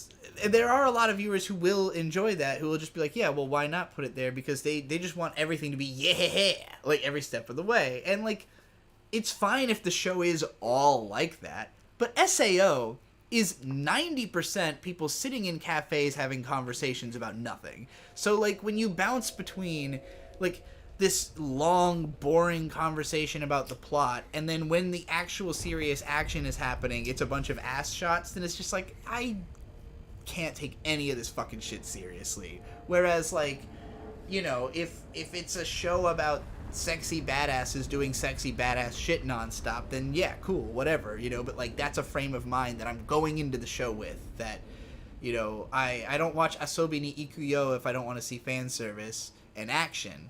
That show delivers that shit perfectly, you know. But like, you would love this show that I'm describing, Asobi ni Ikuyo. It's got a big ass titty cat girl, and fucking, it makes references to all these like old, like, you know, caper movies, like sci-fi and thriller and like Bond type movies. So yeah, like, I just think it's about knowing what you're doing with the sexuality and the fan service, and like, not even that it has to be a positive message, just that there is a message, that there's some kind of takeaway. And like, I make a lot of videos defending the way that sex is used in a lot of media because people just write it off. And even I do sometimes. Like I said of Mushoku Tensei, you know, at first I was just like, I know that there's probably a point to all this sexual content, but I don't get it and I don't like it, so I'm not interested. And it was only because the show is so popular that I was like, okay, I'm going to figure out what it's trying to say so that I can understand it and talk about it and participate in anime culture, you know. But I don't think it would be wrong of anybody to be offended by the way that the sexuality happens in that show, because it might not be what you thought you were coming to the show for. And like, in the case of Mushoku Tensei, I would say, like, if you can't appreciate the sexual content, like what the message is of the sexual content in the show, you won't like it. Like, it's too steeped in the sexual messaging for it to be likable. If that, like, if all of that repelled you, and you can in the comments where like a lot of them are like, yeah, I just totally avoided this show because I just thought it seemed like way too fan service and sex intensive for something that seems like it's supposed to just be a normal fantasy story. And it's like, well, it's a normal fantasy story in the way that it's using that to explore, you know, sexuality and all these other things that are tied up in this character's perception of why they hate themselves, you know. And so, like, all of that ends up being relevant. So, like, yeah, I don't think it's everyone's show, and I think that if you go into it with the expectation that you're watching a regular fantasy series, you're going to hate it. But I do think that, you know, shows that are saying something with their sexuality will mean something to people, whether they even understand what it really means or not, whether they can parse it or analyze it. Like, it's because of the fact that there is deeper meaning that it draws people to the work. And there usually is deeper meaning if it's popular enough for anybody to fucking care about it at all. There's got to be something to it, because it's not that easy to get people to care about shit. If there's one thing that I respect more than... I think that's the biggest reason I pay so much deference to all these artworks now, that, like, even stuff that I think is kind of shit, it's like, man, if you could connect with anybody with a piece of media, that's impressive, because it's you know, like, just, I can't get anybody to watch anything unless they already care about it, you know. So I don't know how you make people feel like they already care about something before they consume it on you know, on that level. And obviously, like, with the anime industry, there's like a lot of structure in place to grease the wheels of that, but you have to be somebody who can create something with that, like, fits within that structure to have that job, you know. Like, I can't draw a cute anime girl, I can't just become part of an industry about it, you know. But yeah, it's rather astounding how many pieces of media are appealing enough to draw a profit and give people a career in this world. Man, that frame rate chug though, when you did that Rivers of Blood or whatever that was, that big attack. Oh, this? Yeah. Actually, the frame rate's just chugging, period. But you know, it is what it is. We got the low frame rate live stream here on the Yig Studio channel. I agree with Trixie on this one. I feel like modern conceptions of quality in film critique are kind of essentialist, and we need to move away from that. Yes, that's a great way of putting it. There's a really good Chris Ott video about this. Shallow Rewards, one of my favorite writers on the internet when he is on the internet. These videos have all been like re-uploaded and taken down, and they're all in different places. But there's one video where he just like pulls out this tape and he's talking about like that it's interesting and worth listening to, but like he has no way of selling it. He's like, it's not historically significant, it doesn't have like a story, it's not the greatest of anything, it's just a tape that I happen to have that no one's heard of, that's unique enough to be kind of good and like might be worth your time. But like, how do I make you give a fuck about this at all? You know, in a world where there's so much competition from so much stuff that is considered essential. And, like, I grow more and more distant from really feeling like I actually have to watch and talk about a lot of those shows that people are so insistent on because, you know, there's a lot of stuff that, like, because it's unique, it gets a lot of credit as like, oh yeah, this thing is actually unique and therefore we, like, you know, I want to hear you talk about it. But sometimes it just doesn't connect with me that way, that something less unique does, you know, but that has like a little spark of intrigue. So like, I'm always chasing after that kind of thing that like, yeah, nobody told me that I should consume this. I just saw it and thought it looked cool and went for it, you know. Arkista's Ring for the NES, perfect example of a game that I've never fucking heard of. I literally put on a video of every NES game. It was every NES game in alphabetical order, and I watched it until I saw something that looked appealing to me. And Arkista's Ring was the first thing that stuck out. And I was like, oh, that looks like a cool game. You know, and so, like, how could I possibly make anybody care about something that has so little context? And the way I handled that was I made the video an Elden Ring reference, because the title was "We Have Elden Ring at Home," and it's Elfen Ring because she's an elf looking for the Elfen Ring of Arkista. So, you know, like it was just serendipity that allowed me to market it in a way that anybody could conceivably see as relevant, you know. But like, there are people who are trusted enough at being like capable of going and finding things like that people want them to do it. And I obviously am that person for anime, and I'd like to be that person for a certain category of video games as well. And I see, like, I've been a big fan of like SNES Drunk, for instance, as a channel where that guy moderates like the Super Nintendo subreddit and knows every Super Nintendo game, and anything that's good enough to be worth mentioning at all, he's going to make a video about it.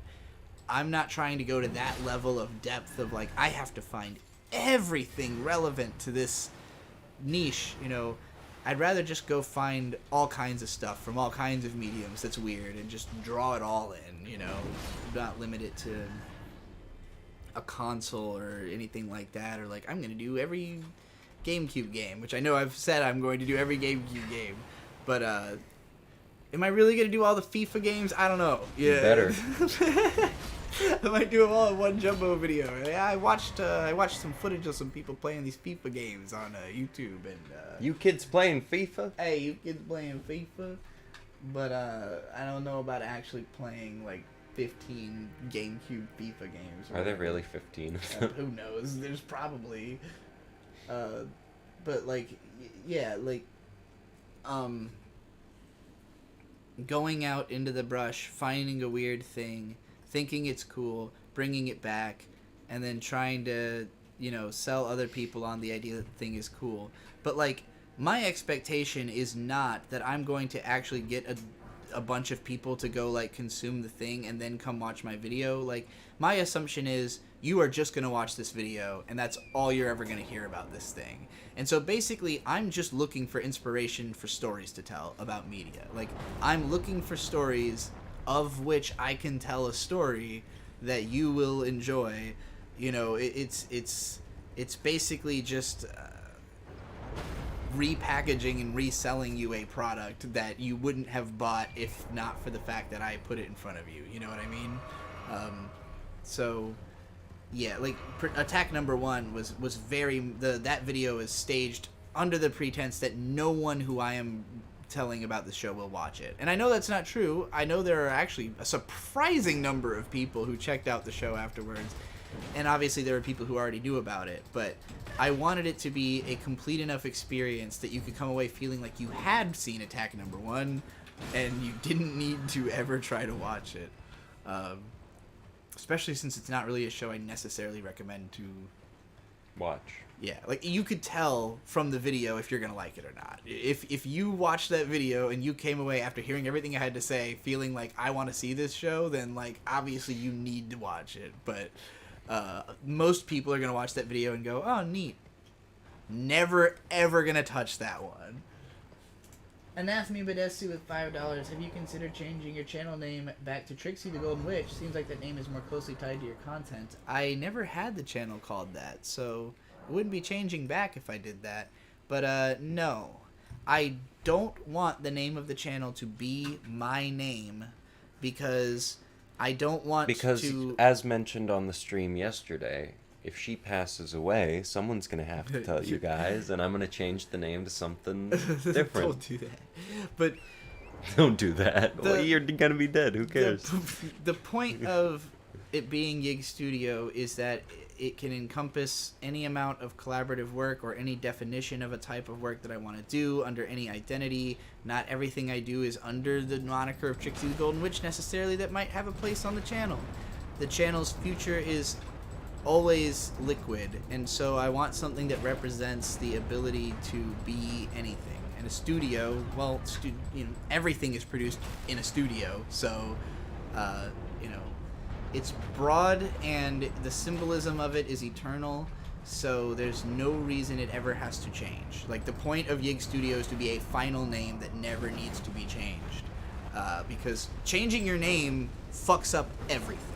It fucks up all of your SEO. It fucks up your channel algorithmically. YouTube didn't even trust that I was myself for a while. I had to prove to it that I am still the same person and I didn't get hacked. Because they don't have humans to contact you about these things. It's all bots. So yeah, changing your name at all is a huge nightmare. I'm never doing it again. It's gonna be Yig Studio forever. That's why I chose a name with that kind of longevity. Yeah, I would say that's the biggest reason I don't have a channel is I don't know what I want to call it. True Fox 1 with $5 says, what are your thoughts on facial feminization surgery? Is that something you're interested in? That sounds neat. Basically, as I understand it, they shave off a little bit of your jaw. I don't know. I'm not I don't think you look I'm not all insecure that about masculine. Yeah, getting the hair removal is the most important part, and I'm in the thick of that. I've got the thick of it. 4 appointments. Into the thick of it. Yeah, something like that. And I've lost about 40% of the facial hair. It wasn't until the 4th time I had done it that I really started to see the results as oh, wow. Most of the hair on my cheeks is not growing anymore. So, yeah, once the facial hair is gone and I can actually wear makeup on my face, I don't think I'll look that masculine. I mean, I don't think I look that masculine even without makeup because I have very striking features. Do you even wear makeup? Almost never. Yeah. But I would think a lot of people would think that I do just because I have again, very dark features for having such pale skin. But I tend not to even try with makeup because, if you have even the slightest amount of facial hair, you can see it through foundation anyways. And soon to be able I'll to wait till it's all gone. But yeah, I don't know about surgery. I'm not very apt on the idea of having any surgery ever for any reason if I don't have to. So, it's just surgeries are scary. Yeah. It's putting your life at risk. Do you really for trust cosmetic doctors? reasons. Oh shit, no data. I don't trust doctors. Let's see what's going on there. It's back. It's just so low bit rate that it couldn't handle the fucking explosion of shit that happened at the end of that. Dude. Yeah, all these notifications are from an hour ago. Yeah, I don't know. Did Elden when Ring I'm rich, I know I will be hounded by people that want me to get surgeries and stuff like that. So I'm sure that I'm going to have people trying to convince me once I have a lot of money to do things like that. And I don't know, man. Surgery's not... I'm not into it. I've had one surgery Why do ever surgery on my when foot. you could own property? And, like, you know, I broke my foot back in 2014. I had to have metal plate put in it. I didn't know you had a metal plate in your foot. I do, and I still feel it all the time. Like, it's not... It doesn't feel like, oh, this, like, fully healed and now I never have to think about it again. It feels like, oh, this is a tepidly stitched together foot that could totally fucking fall apart. Tepidly stitched together. Warmly stitched is together. that what tepid means? Yeah, tepid is like slightly warm. I thought it was like, you know, taking a tepid approach. Lukewarm. Lacking in emotional warmth or enthusiasm, half-hearted. I So guess that's we're what I'm both thinking. right.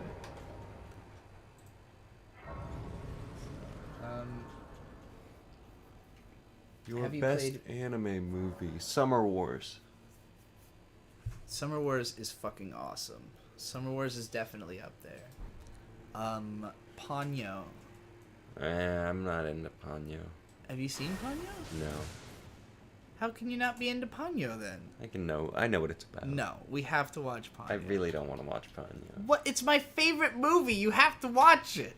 There's could- no debating this. You have to see Ponyo. I would rather watch Over the Garden Wall or whatever the thing Over the is. Garden Wall is okay, I guess. That's the Ponyo ripoff, right? What's the No, Lou Over the Wall. Lou Over the Wall. Over yeah. the Garden Yeah. Wall is a Cartoon Network show. Yeah, sorry, no, I would rather watch Lou Over the Wall. I don't like Lou Over the Wall. I know, I'm joking. It's mediocre. But Ponyo, every day. Ponyo wants ham. Yeah, see, right off the bat, Mm. don't like that. I don't want ham. You don't have to want the ham. She wants the ham. That means you don't have to eat any ham because she'll eat all the ham. But- don't you understand? but you being need around Ponyo her- around to eat the ham for you. But I'd have to smell the ham if I was around Ponyo. She likes ham and ramen. For the most part. Well, I don't know. She also about loves that. Sosuke, so you don't have to worry. You're not going to be around her. She wants to be around Sosuke. So, Ponyo only cares about ham and Sosuke. who's Sosuke? That's the boy. It's the little boy who found Ponyo. Did his brother kill his whole family? And then he had to kill his best friend to get some kind of special power? Not Sasuke. Sosuke. Oh, is there a difference? Yes. Sasuke is a ninja name. Is Sosuke is not a a ninja ninja name? name. As far as I know. Choose one, Miyazaki or Takahata. Miyazaki. Who's Takahata? The other Ghibli man. Oh. He did Grave of the Fireflies and Pompoko. Oh. And Well, I heard that Pompoko. you saw half of Pompoko. I heard that it inspired a bunch of people to commit crimes, and I'm not a fan of that, and so I think it's Pompoko bad. didn't inspire the crimes. That was Rascal the Raccoon that inspired Do you think the crimes. Pompoko They weren't didn't crimes inspire at the time. crime? I think Pompoko is partially about trying to deal with the crime of. 'Cause weren't they like trying to mass eradicate the Tanukis? in that movie? They were. But you know, Tanukis aren't raccoons. But they are apparently closer related to foxes than dogs. And also red pandas are closer related to raccoons than any of the other things. This is what I learned in my comments section.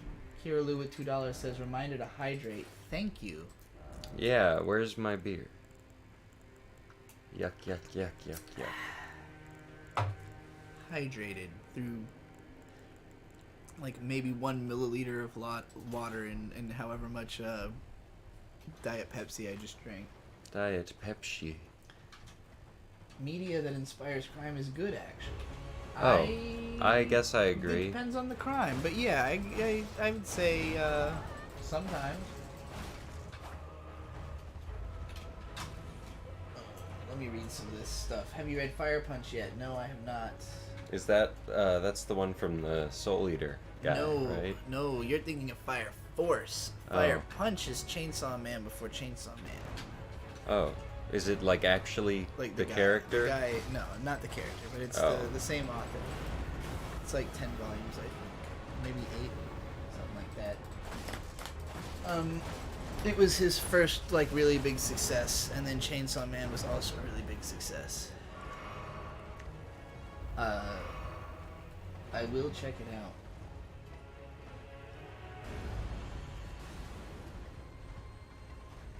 How different are Trixie and Bird taste in anime? Very. You think so? I don't know. I was just saying that. I think, I really like your taste in anime. If you know, people will remember my old the most boring taste in anime video where I basically slagged on anybody who just like looks for classics to say that they love, you know, so that they can have good taste. And not even that I doubt that they like those movies, just that like it feels like you went out of your way to find stuff that people think is good and then only watched that, you know? Whereas like I always have a lot of respect for anybody whose favorites list like tells me something about their personality because of how unique it is. And like I used to get sent 3x3s all the time where the main message I got from a lot of them was, "Oh, you found out about anime from me." Where like, you know, the 3x3 is like, okay, it's Kill La Kill and K-On! And you know, Log Horizon or something, and it's just 9 shows I love and recommended or something, and maybe one oddball. And so, you know, anytime I see one that's like totally out there and unique, Landon would be a good example where he's like, yeah, my favorite anime are Gosick and I mean Gosick beyond all else is his favorite, and then like every other thing he likes is always something that I'm totally not expecting to hear as somebody's favorite show, you know, just because I don't know a ton of people who've seen a ton of anime who those are their favorites, but I understand the logic behind it when I look at it. You know, it's like all of these are good shows, but there's like a different sort of I don't know, ethical consideration being made for what is interesting about the show. And my taste has evolved over time as well to, like, I care less and less about how good the show is. I care less and less about, you know, I'm more fixated on what's interesting or unique about it than I am on how good it is, you know? And so, like, there's definitely certain shows that I loved more in the past, and now I look at them and I'm like, oh, this is just not nearly as not as rich as the stuff that I've fallen in love with since, you know? Something like Bakano would be a good example of a show that I really loved for a long time, but going back to it now, it just feels thin, especially compared to Durarara, where the characters really had time to, like, you know, marinate and develop. And, you know, Bakano, like, it feels a little bit more like you already know the gimmicks, so you rewatching it, like, a lot of it is kind of dead air, stuff that you know isn't really going to mean anything, and so it's just not as impressive as it once was. Whereas, you know, there are some shows that, like, maybe had a deeper amount of heart that I couldn't appreciate at first. Just like I saw the story as generic, but didn't think about like how good the characters were as people. I'm trying to think of a good example of this. I know there's a lot of people who really like the anime I Don't Have Any Friends, or Boku wa Tomodachi ga Sukunai.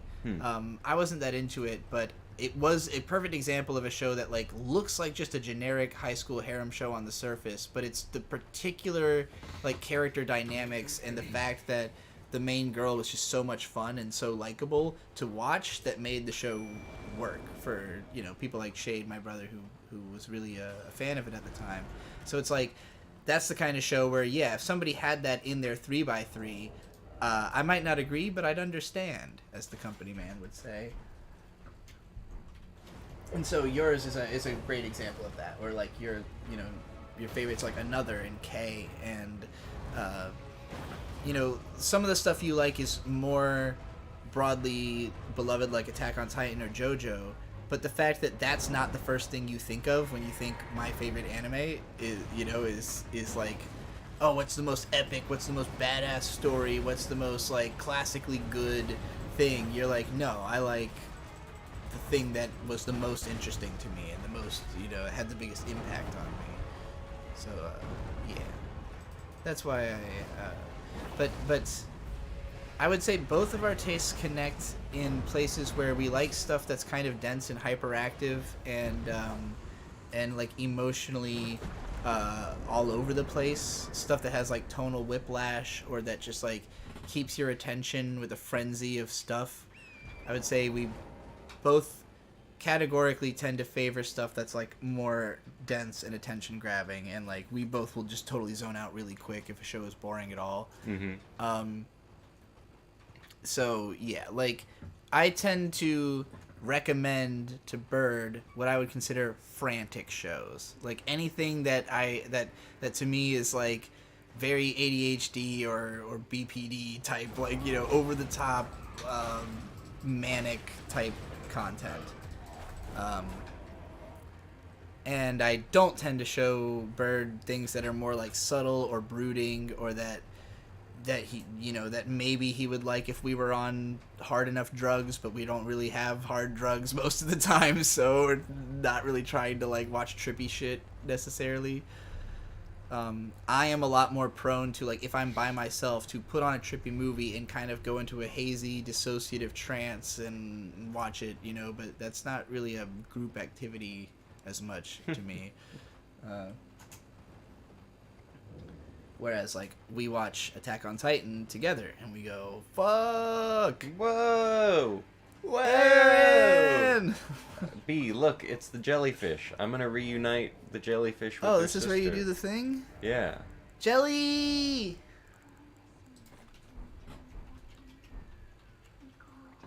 Here we go. Let's get some super chats for the reuniting of family. Look at these jellyfish. Bam! They're like fusing or something. It looks like it's attacking. It's attacking this thing. Oh, it's attacking this stupid bird. A seal was broken somewhere. I would think Anathemy it's... Badesu with $5. Are you planning on watching season 3 of Kaguya Love is War? I remember you gave it a second try. around when you Absolutely. met Bird, I and you're like more that positive. show. Yeah, we haven't actually watched season 2 yet, so we have to get through that first. But yeah, once, I would say probably around when season 3 wraps up, we'll probably go ahead and marathon seasons 2 and 3, and then I'll do a video about it since I haven't talked about the show at all yet.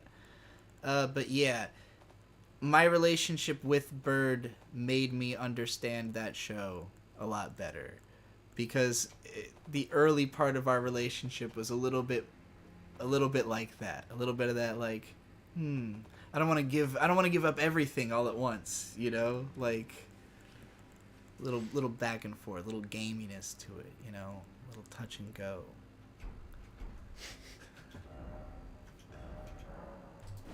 How would Bird react to an anime like Belladonna of Sadness? I don't think he would get that much out of it, but Bird's aunt, I really want to show that movie. Bird has an aunt who Let's not give away too much here. I'll just say has been involved in the animation industry. That's fair. In the West. And It looks kind of cool. She's really into like French erotic, like fancy like art type shit, and like the stuff that she was showing me, what was his name, Enki Blue or something like that? I don't know. Enki, She's Enki never Bilal. shown me that stuff. She had all these like art books of this like French erotic stuff from the 80s. It was really fucking cool. And all of it, I was like, oh, you need to see Belladonna of Sadness. Like, this is exactly the art style that you're looking for, you know. But that's the only person I've ever met who I felt that way about that movie, that somebody needed to see it.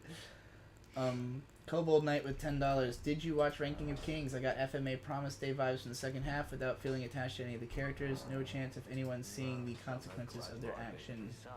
Pretty sad. I don't know what you mean by FMA Promise Day vibes. What was Promise Day in FMA? I don't know. Is that like how it ended or something? It was probably a filler episode. I don't know. But I have not finished Ranking of Kings. I've only seen the first 3 episodes. That's Osama ranking, right? Yes. The first 2 episodes blew my mind. Like, Yeah, I remember. I literally cried in episode 2 because of Kage's backstory. It was so emotional. just the show is so well written and put together and like suggests so much mystery about itself in the early episodes. But like it's one of those shows where I was immediately worried, where I'm like, there's no possible way it can be this good all the way through. And so I need to kind of see, because I've seen some people who are like, oh yeah, it's anime of the year. Some people seem to be a little bit let down by the later half. I guess it's a question of I don't really know where the show is going to go. So, there's a lot of room to be let down or to be intrigued. Or it's a show that might need to be watched twice to fully get. So, I'm not trying to rush through it is basically what I'm saying. Like, compared to all these recent anime that I just charged through in an afternoon at 4x speed, I don't want to watch Osama Ranking sped up, and it is 24 episodes long. So, I'll take my time. I'll get there. But it is really fucking good. It's amazing how humble of a webcomic it began as. I did not know that. I did not know it was a webcomic. I didn't even know it was based on a source material. I just thought it was a anime original from Wit Studio. So that's actually crazy. I'll have to look into what the manga looked like, or webcomic, or whatever, wherever it comes from.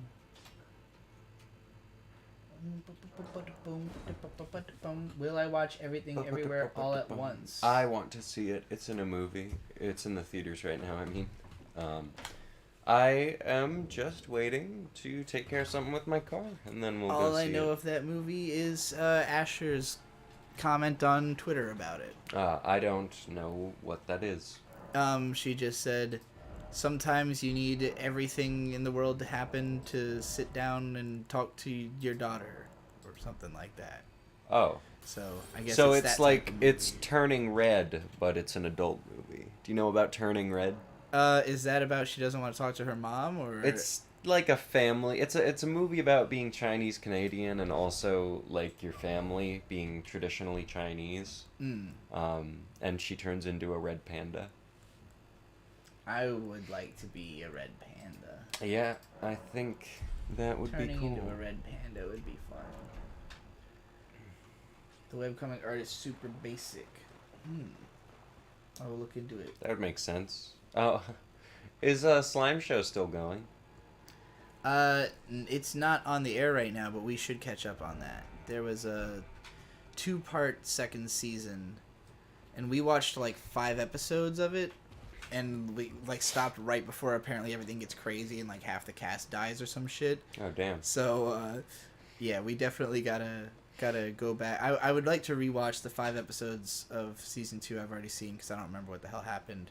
I've seen the first season twice, so I can remember that pretty well. I like the Slime Show. Rimuru Me too. is good. Yee. Yeah, that's one worth catching up on. I gotta figure out how to tackle it, because I made a video on it when I first finished the first season that was just kind of like, yeah, this show sure is very anime. I like it. And that was pretty much all I had to say. Turning Red is literally a 4-girl slice of life anime. Oh, Huh. well, I guess it's literally a 4-girl slice of life anime then. My apologies. Fascinating. What's Hoshi no Samidare? Did you like Hoshi no Samidare? Anime coming soon, asks Awesome Adam. Well, I know Hoshi means stars. Lucifer and the Biscuit Hammer. I have not read Lucifer and the Biscuit Hammer, unfortunately. I know it is supposed to be very, very good. The author, Satoshi Mizukami, I've read the first couple volumes of Spirit Circle, which I was really enjoying. And I've seen Planet With, which was written by that author. And I know that a lot of people didn't really care for Planet With that much, but I thought it was pretty fun. I feel like Mizukami is somebody who sort of takes story structures and styles that have been done and just sort of does them in a very different way with very unique characterization and lots of sudden striking story beats. stuff like happens really quickly and crazy. It's very Tezuka-esque, actually. Like I'm trying to picture Spirit Circle, and I really remember it feeling kind of like reading Phoenix, but with like a more modern sensibilities.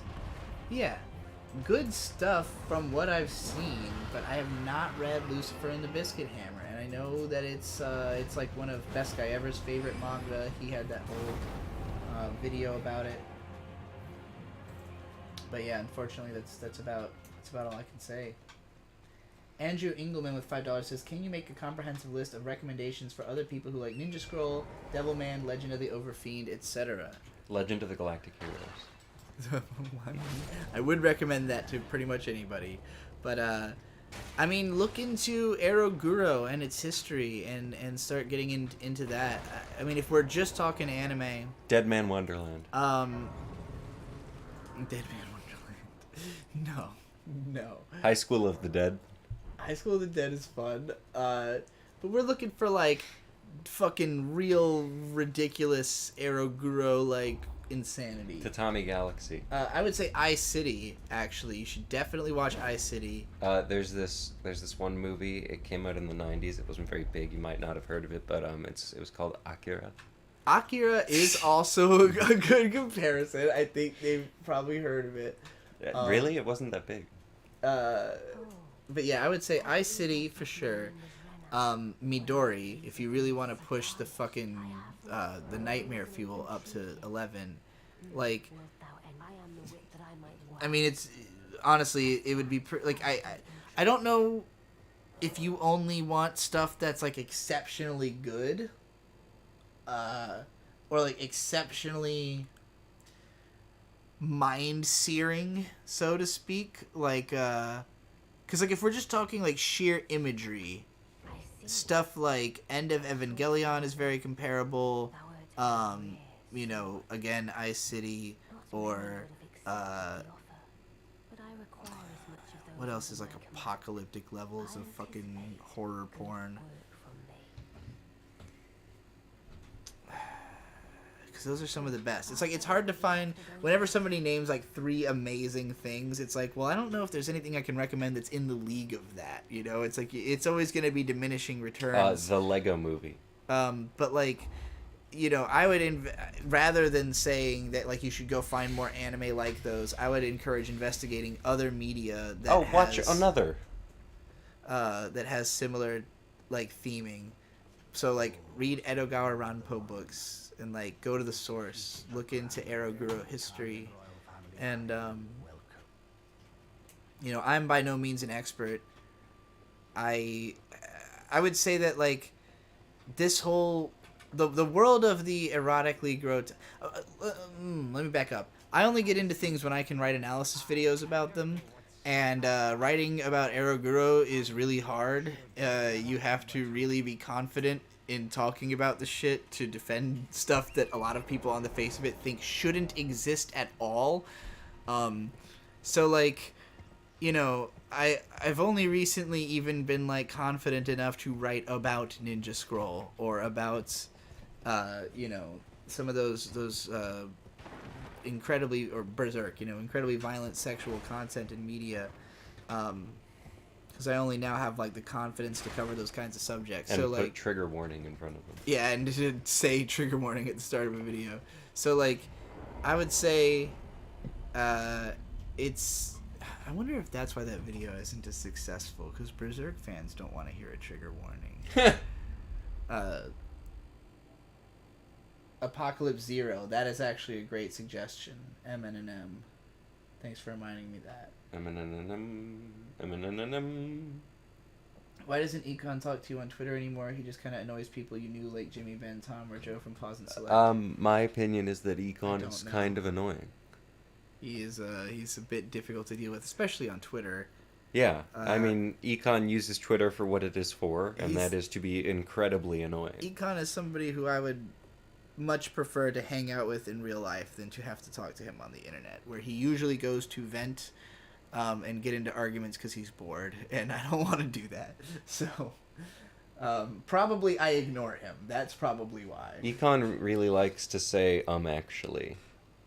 Yes. Well, he likes to put words into your mouth and then say, actually, at the words that he put in your mouth so that he can get into an argument about you. That's why I have a difficulty talking to him, is he'll deliberately misconstrue something you say in order to argue about it. But I'm not going to get into all that, you know. I haven't talked to him in a long time. I'm not going to shit on the guy or anything. No, he seems funny. Just, little Can be excessive. Trixie, I asked an hour ago about Ginseng 2002, and you said it's too tweeny. No, twee, but close. That is the value I see 8th graders and high school freshmen do, partly unhealthy, and he is recognizing and sharing that. No, yeah, I agree. And I think, like, stuff... I think Blady probably has been, like, very integral to a lot of, like, very soft young people who, you know, are like, coming of age into being edgy and, you know, being in the party life, but are, like, actually just, like, you know, really quiet and sensitive and, like, gay. Because everybody who likes Blady is, like, insists that he's trans for some reason. It's, like, a weird meme. I had to go down, like, when I first heard people talking about Blady, I had to go down a whole hole of research trying to figure out if this person was trans or not, because it gets brought up so much, and I could find no evidence. So I don't know why that's a thing.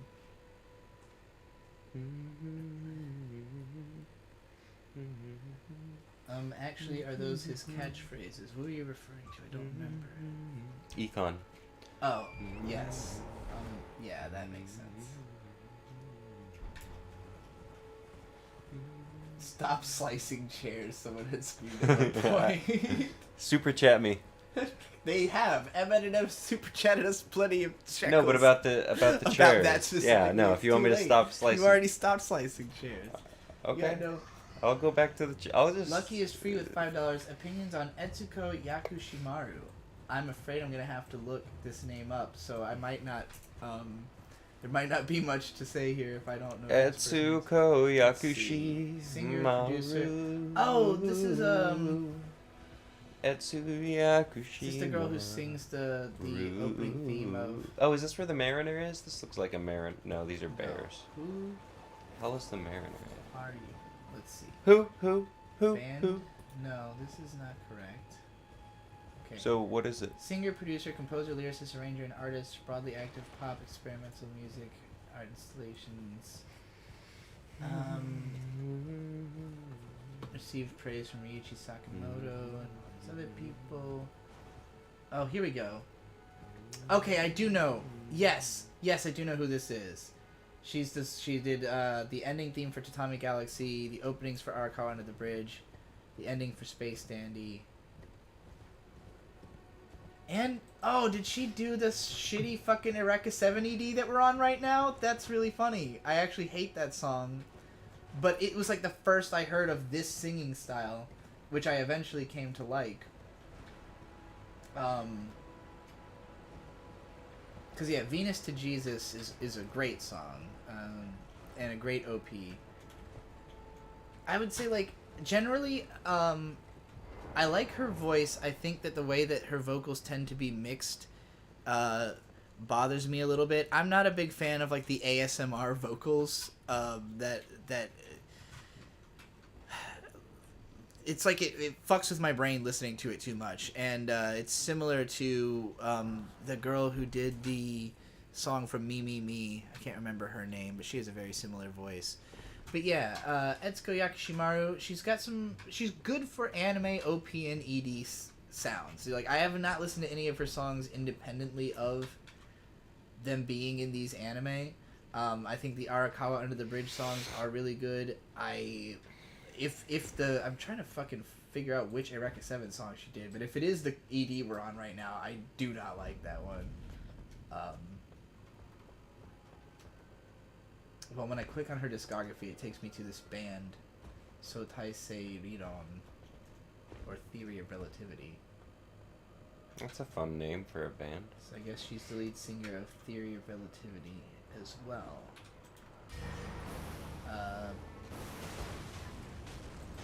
No, yeah, those are my opinions on her. I'm glad that she was someone I had an opinion on. Because at first I was like, oh shit, I do not recognize this name. And now I'm sitting here like, goo-doo goo-doo, ma-ba-doo, Farrington Drum is a show that I saw one time and I remember the way the song goes, kinda. Did you listen to East Hastings by Godspeed You Black Emperor yet? No, I did not. We can do that right now. Let's do it. Let's go east with haste. King. What? That was. Boo. Okay, this is one of those album covers that you see on a lot of people's favorite albums That's lists. funny. It's got 3 songs that are 16, 18, and 29 minutes each. The Dead Flag Blues.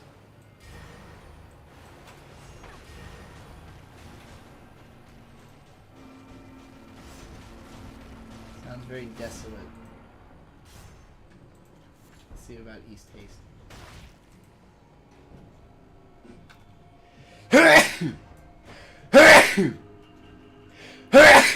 Excuse me. Alright, now Providence.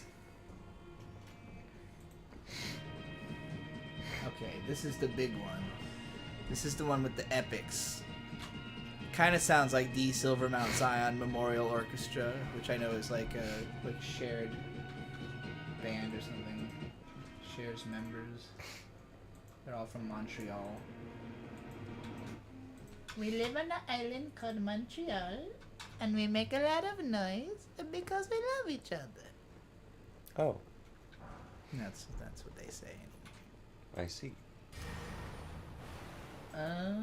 Yes, Blade the Swedish rapper is who I was talking about. No, I have not played Fury. I have heard that it is very, very good. Oh, right into the mic. Bless you.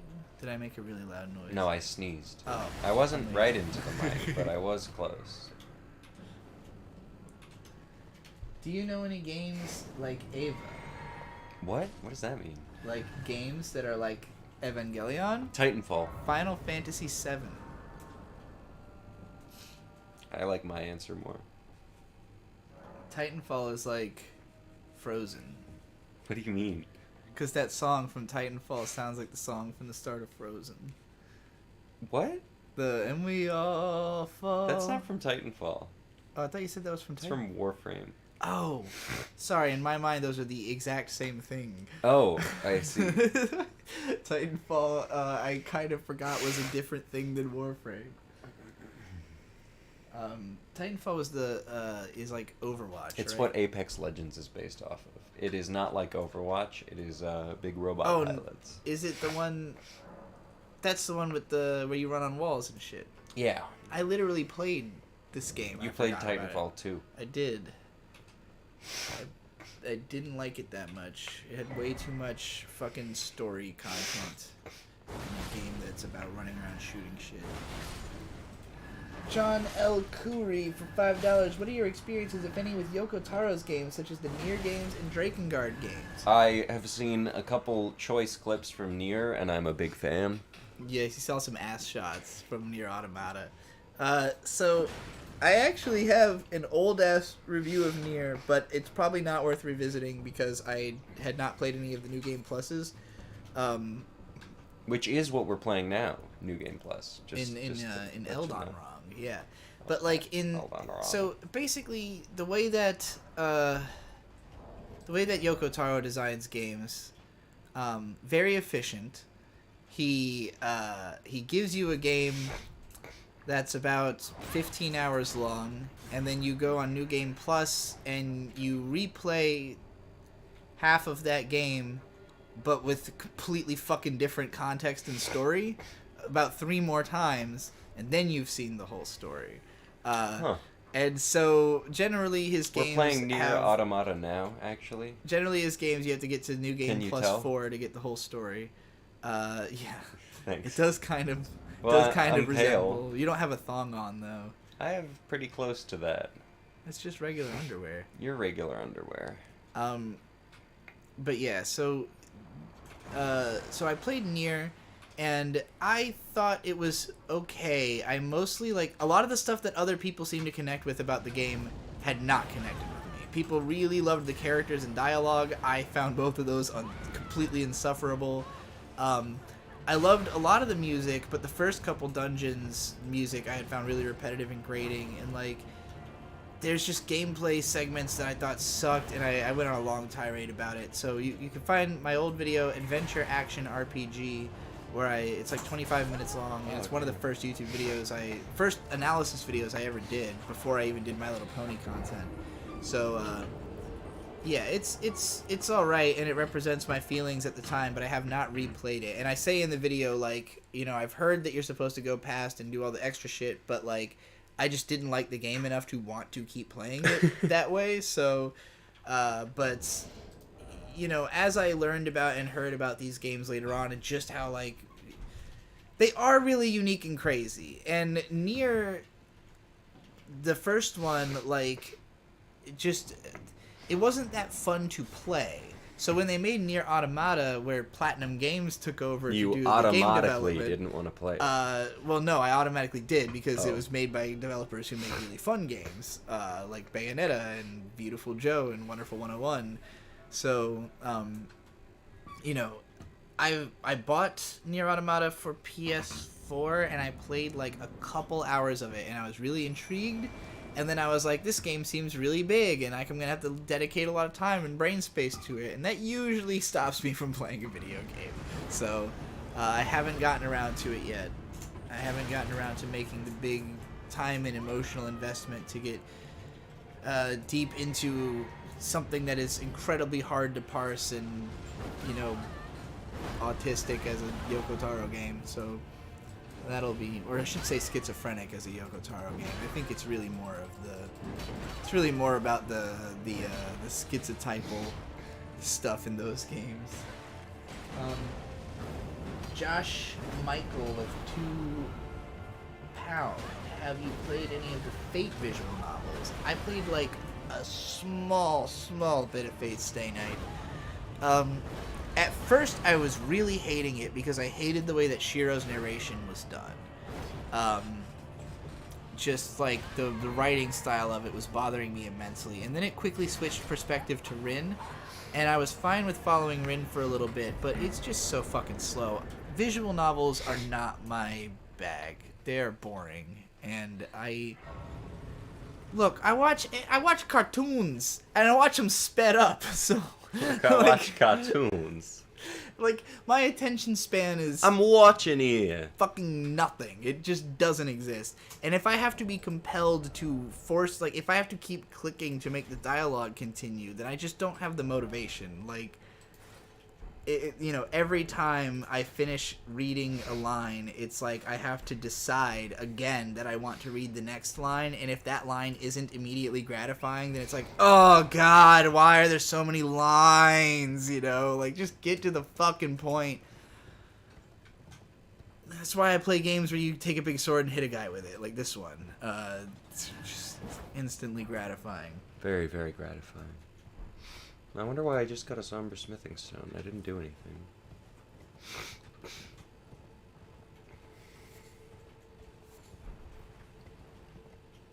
I also just like, I think part of why I struggle with reading is that I am so picky about writing that, like, I am way more critical of, like, people's writing style than I would be of their art style or something like that, you know, because I can't draw, so it's a lot harder for me to, like, nitpick away at what you've done wrong. Whereas, like, you know, if a sentence is structured funny, then I'm gonna be like, well, why didn't you write it like this? So, yeah, like, I get really fucking hard on the writing of shit, and it's not Themselves. It's not easy. It's not easy to actually finish something when you don't like the tone of how it's written, you know? Oh.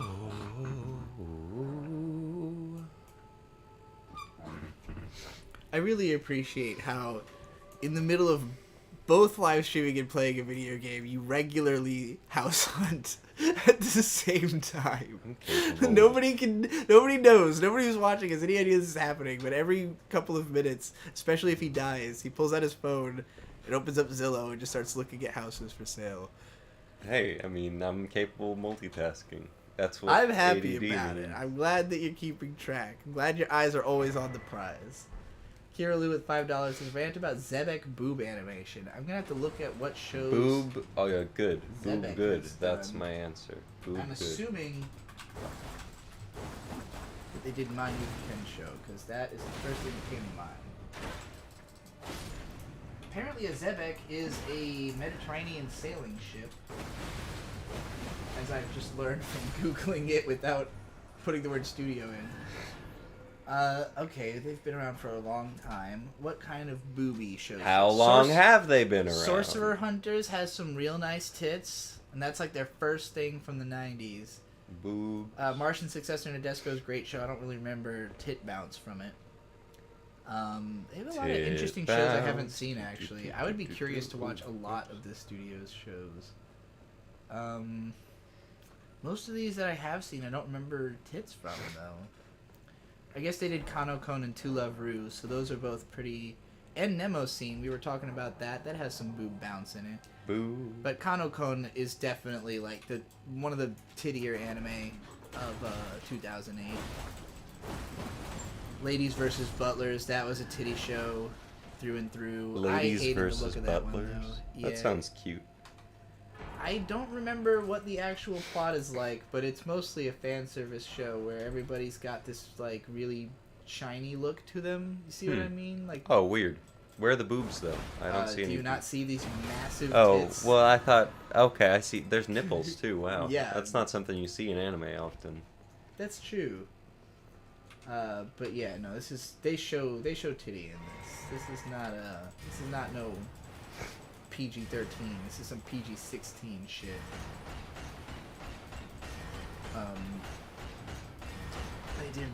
They did Pokemon Origins apparently. Let's see.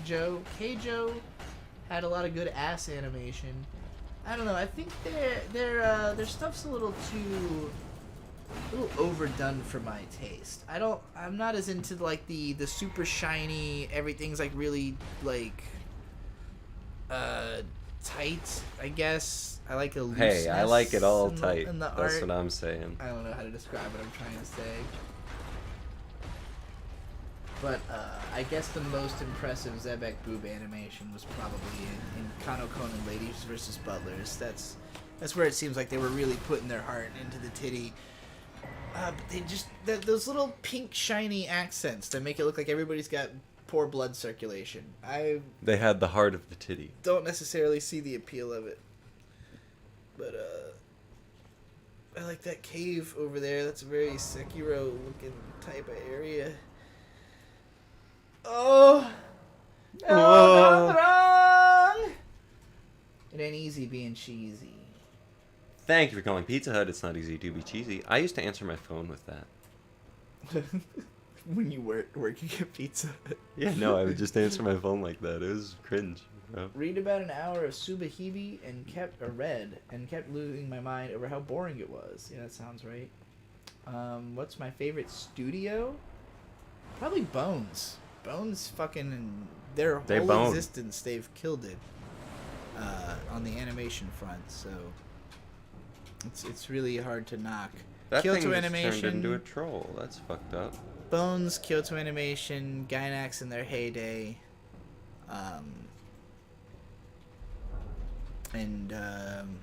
yeah, that's probably the best. Those are the best. Sunrise has always made amazing looking shows. Best pair of tits in anime ever. Hard. What'd you say? Hard. Oh, I I haven't don't seen her actually even tits. believe that. I've seen tits that are better since then, but I'm struggling to think. What were you gonna say? Saber's got some nice tits. Saber from Fate. Yeah, Yeah. she's pretty.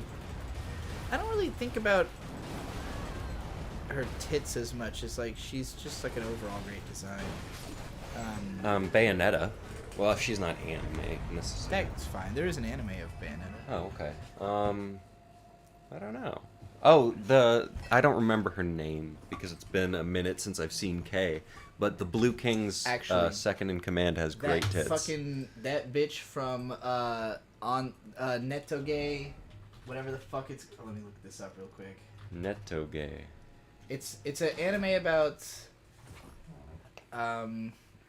and you thought there was never a girl online. That's how they translate the title. Oh, you've told me about This that. She looks girl- cute. Oh, the Sugoi. What's that one? The gray-haired girl. No. Oh, She's I don't got like good her tits. But yeah, look at these. Just look at this picture. That's that's good. Wow. I like that. These are as big, the tits from Netoge are the biggest tits that I am attracted to. Actually, I would say. also Those are from the largest K. tits I can handle. Also from Kay, Neko, the cat girl. She's got good tits, and they show a lot of them. I think Kay has some pretty good All right, boobs. we have actual paid for questions to answer now. All right. Instead of just going on about boobs. Andrew Engelman with $2. We were paid to go on about boobs. No, we weren't. That was just a random. Someone paid us to That talk was just about this boobs. guy just didn't said best pair of tits in anime. It wasn't. Oh. It wasn't paid for at all. Andrew Engelman with $2. Best picks for best anime from the past couple of years. All right, let's look at the last couple of years. See what happened. I mean, Attack on Titan got really fucking good in season 4, so I would say that's up there. Best thing airing right now, Spy Family, for sure. The best show of last season was Akabi-chan's Sailor Uniform, probably. I haven't seen everything, obviously, so, you know. Osama Ranking from the season before that, and continuing into the recently finished one, was also very good. I did not see anything from the summer season, or really the winter season, or spring rather, so I can't comment on those. Winter I did of 2021, and I mean, Mushoku Tensei, if you're into it, is all right. I wouldn't say it's one of my favorites. Beastars is really fun and really good. Let's see. Recent anime. I liked Record of Ragnarok. That was pretty fun. That was a very easy to binge show. So was Talentless Nana. Yeah, I liked that one. Yeah, I don't think anybody fucking remembers that. Did we finish already, that? But we did. It was only like 12 episodes, and then go read the manga type thing. Actually, I don't think I finished that. I think you did. That might be true. We watched all of the day that God disappeared, or the day I became God, rather. That was fucking terrible. The day I became God. The one with the girl became retarded at the end. There's Oh, no nicer way to put it. yeah. The girl with an experimental computer in her head that they Yeah. then take away. That was a weird one, but I didn't think it was the worst. I enjoyed The God of High School as just like one of the most ridiculous action romps. The Great Pretender. We did That's not great. finish I that like yet. that. Yeah, we did. We did not finish The Great Pretender. Yeah, we did. I have it marked as on hold at 13 episodes. Oh, we finished it. Out of 24. We did not finish it. Yeah, we finished it. We never even came close. Yeah, we I did. felt bad about it for a year now that we haven't finished We've that definitely show. finished I it. think about it all the time. I promise you we finished the show. What happens at the end? The one kid leaves and they pretend. What? We watched it like a year ago. I don't know. It's been we a while. watched half of it a year ago. No, we watched all of it. We And really then did. Victor was like, "Oh, I really thought it dropped the ball at the last episode," and I was like, "You Yeah, and motherfucker, that's how what dare you say that's what something got like us this to me?" finish it. Kaguya-sama Love is War. Good. Entertaining comedy. And blah blah blah blah blah. I never watched the rest of Id Invaded or Azoken, but both of those seemed really incredible from the winter 2020 season. And yeah, okay, that's the last couple years. Royal World with $5. Have you thought of doing more game content? I remember really digging your Mario Odyssey video. Interesting. That's one of the ones I don't like as much that I've done. I feel like I don't even remember if I relisted that actually, because I felt like I don't know. Maybe I did. Let me look it up. I feel like this is game content. It is, and I mean, by all means, check out my Elden Ring series that I've already been doing on the channel.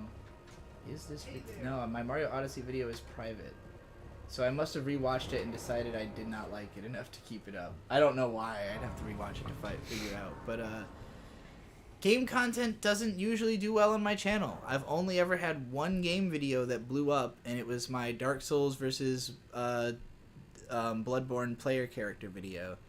And, you know, since then, I've covered a variety of games in different genres and consoles. The Mario Odyssey one and, like, the Metroid Prime one have, like, more views than nothing, but nothing ever really performs that well. So, I don't know. I don't know what kind of video game coverage from me would get popular is the issue. Whereas I do know what kind of anime content from me can be popular. Although, you know, it has to be proven. I recommend Echo Azarak. I read the first 2 chapters of that for that video I did on all the live-action anime adaptations, and I did greatly enjoy it. So I would like to check out more of that manga, just because it's twisted and weird, and the main character is, like, evil. So that's fun. Thank you, really, with $2. Gotta go for today, but thank you for all the content. Thank you for all the super chats, and have a nice day.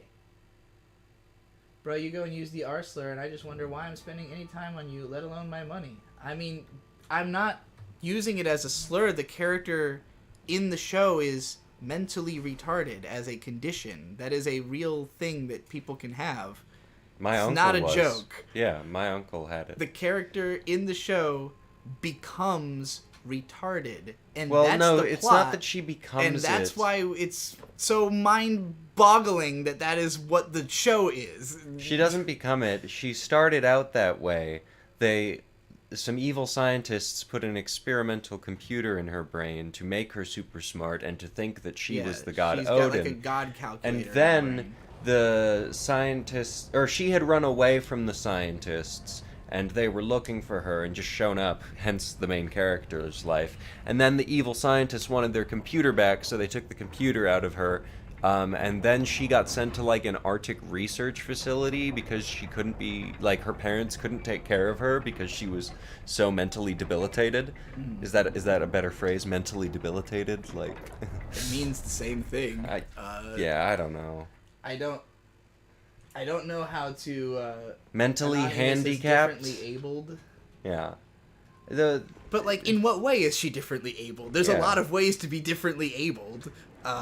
Specifically, for her, it seems that her mental handicap is so bad that she cannot walk around by herself. It's like by the end of the show, she was kind of just like sitting in a bed going, ah, like literally. I'm just wondering, like, what's a nice way to describe that someone's brain doesn't There's work? not a nice way to describe it. There isn't. It's a fucking unfortunate and shitty situation that when you talk about it, you have to go, oh yeah, sucks, but that's what happened. The character their brain melts in the second half of the series. Like, they remove the computer, and she cannot, like, even process what people are saying to her anymore. It's very depressing and very fucking weird. But yeah, go ahead and give us money now. Thanks. She said, okay, believe you, but you could say a more widely accepted term like mentally disabled. Debilitated sounds better in this context. Fair enough. Sure, I grew up with an uncle who was diagnosed as mentally retarded, and that was his diagnosis, and it's kind of weird that it's become weird. Like, it was not a weird term when I learned it growing up. Mm-hmm. It is a term that little children use as an offensive term, but in my experience, 100% of all criticism I've ever seen of the word has come from LA. Oh, well, they're all, you know. So that's why I have a little bit of defensive-ness when it comes to the word. Because there are some places in America where it is super offensive, and then there's everywhere else where it's not at all. And so it's a weird one to have to walk on eggshells with, because it offends only certain people. And to me is like, I don't know another word for this thing that, you know, that necessarily means this. Like, again, when you say mentally handicapped or something, like it's not just. There's a lot of ways you can be mentally handicapped, you know. It's the specific, like, if I didn't use the word retarded, you wouldn't know how serious it was. You wouldn't have the mental image of what the character becomes in the show, you know, like, and maybe that's a medical term that's just not even used anymore. I don't know. It is not used anymore. Like, what is the medical term for what was once called something retarded? Less descriptive? I don't know. Something that sounds nicer and easier to digest. It doesn't matter. We don't know anyone with it, so whatever. I don't know why the person who took offense to it is taking offense to it specifically. She said, yeah, I mean, me too, but I'm not, like, I don't... But you're used to it being something that offends people, and I'm not even used to that. Like, I learned that from Dick Masterson, because he won't say it on his show. And so to be an edgelord, I used to go on there and say it. Call specifically to Crippled Jesus, because he challenged me to a fight, and I was like, I said I'm not fighting a crippled retard, and he's not. And he was very funny. I don't know what kind of condition he does have, but he really liked that I called him that. He balls too hard. Because he's an edgelord, but. It was to be the reason I chose that verbiage was to offend Dick Masterson, because he's offended by the word, and it's so weird that he can say all these other things that would offend. He's not offended so by many the other word. People. He's not offended by the word. Personally. He has a cringe reaction to hearing people say it because he thinks it's an offensive word. The same cringe reaction he has when he hears people say the F slur or the N slur. He has the same exact reaction. You know, which are two slurs that if I said this stream would get taken down. Yeah. Whereas the other one would not actually, happen with real that. quick, Verbatim makes a good point of you can say disabled in a rude way too, and then it would become a slur. So just don't be a dick. Exactly. It is very much you can in say the anything inflection. in a way that makes it a dick thing to say. Yeah, context really matters. Like the way you say things really matters. I guess to me, it's always funny when and something that's not available on the internet. Something gets sort of selected as like this insult is especially damning, and I'm like, well, why is that worse than idiot? I don't want to get called idiot. Intellectual disability is now what the medical condition is called. Well, that's cool. My uncle died before it changed, so I'm gonna stick with the other one. I mean, intellectual disability is but like, I don't know, I could have an works. Intellectual disability and it's dyslexia. Right, that also... What, is there like an actual name for... Well, I'm sure there are specific diseases. Yeah. But it doesn't matter. I'm not unwilling to get rid of the term, personally. I think, I don't care. You know, whatever. If it offends people, then I don't want to... I'm not out to offend anybody, but it is a weird one to me where, to me, like, it's not that different from all the other words that mean the same thing. You know, like, if I call you a dumb shit, then I don't really see how it makes that big of a difference. But well, I guess you know, people don't usually use the word dumb shit as a colloquial term for mentally disabled people. That's true. But it is what you're implying, right? Like, you are not... I mean, you are of below average intelligence. And I am insulting you for it. Like... Again, it depends on how the word's used. Like, I would consider it to be a medical condition that you have low IQ, you know? Like, you can't help that. Well, it depends on how low. How low is it? How low can you go before it's offensive? No, not offensive, but like a medical condition. But like, okay, if I'm like a genius and I'm like making fun of people for having average IQ, then that you would offensive? be Sheldon Cooper. I guess it is offensive because nobody would like me. They would just be like, "Oh, you're an asshole." Yeah, but people like, I mean, cannot. Like they said, it's not about the word; it's about the context. Just don't say things that are asshole things to say. You know, just don't be a dick. But I do think that there's a triggering element to where, you know, there's certain words that just in any context, you hear them and you're kind of like, it's that word. Not that word. I try not to let anything have that kind of power over me. I just, but then again, you know, I could see a Berserk panel right now and it wouldn't offend me. I would just be like, yeah, it's Berserk, cool. You know, like it's going to be hard to get a rise out of me at this point in my life by showing me something or saying a phrase or something like that. So maybe that's just where I'm at. Too mind broken to be offended. Oh my god, I'm so offended. Dang it. Oh, they're up here. Where are think the people godskin chill trails? about words and shit. Yeah, probably. Let's see, There we where go. else? Where are we? B, More look at my chat. character. Let's chat about anything other than the conversation that we were just having. Well, how about we chat about my character? B. Your character is Chungus, chunging it up. Chungin. I wonder if there's a head. It's really not as impressive on the player character as it is on the big on the guy. fat guys. What if I add horns? Oh, that's way better. That's 1,000 times better. This is some sick What else shit. can we do here?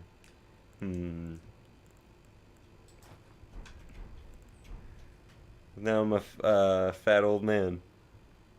Can you just zoom in on the fact that you're wearing someone's skin as a cape? Yeah. And there's like a bunch of faces stitched into it. Yeah, or this some is the shit. godskin armor. That's just what it looks like. It's pretty fun, IMO.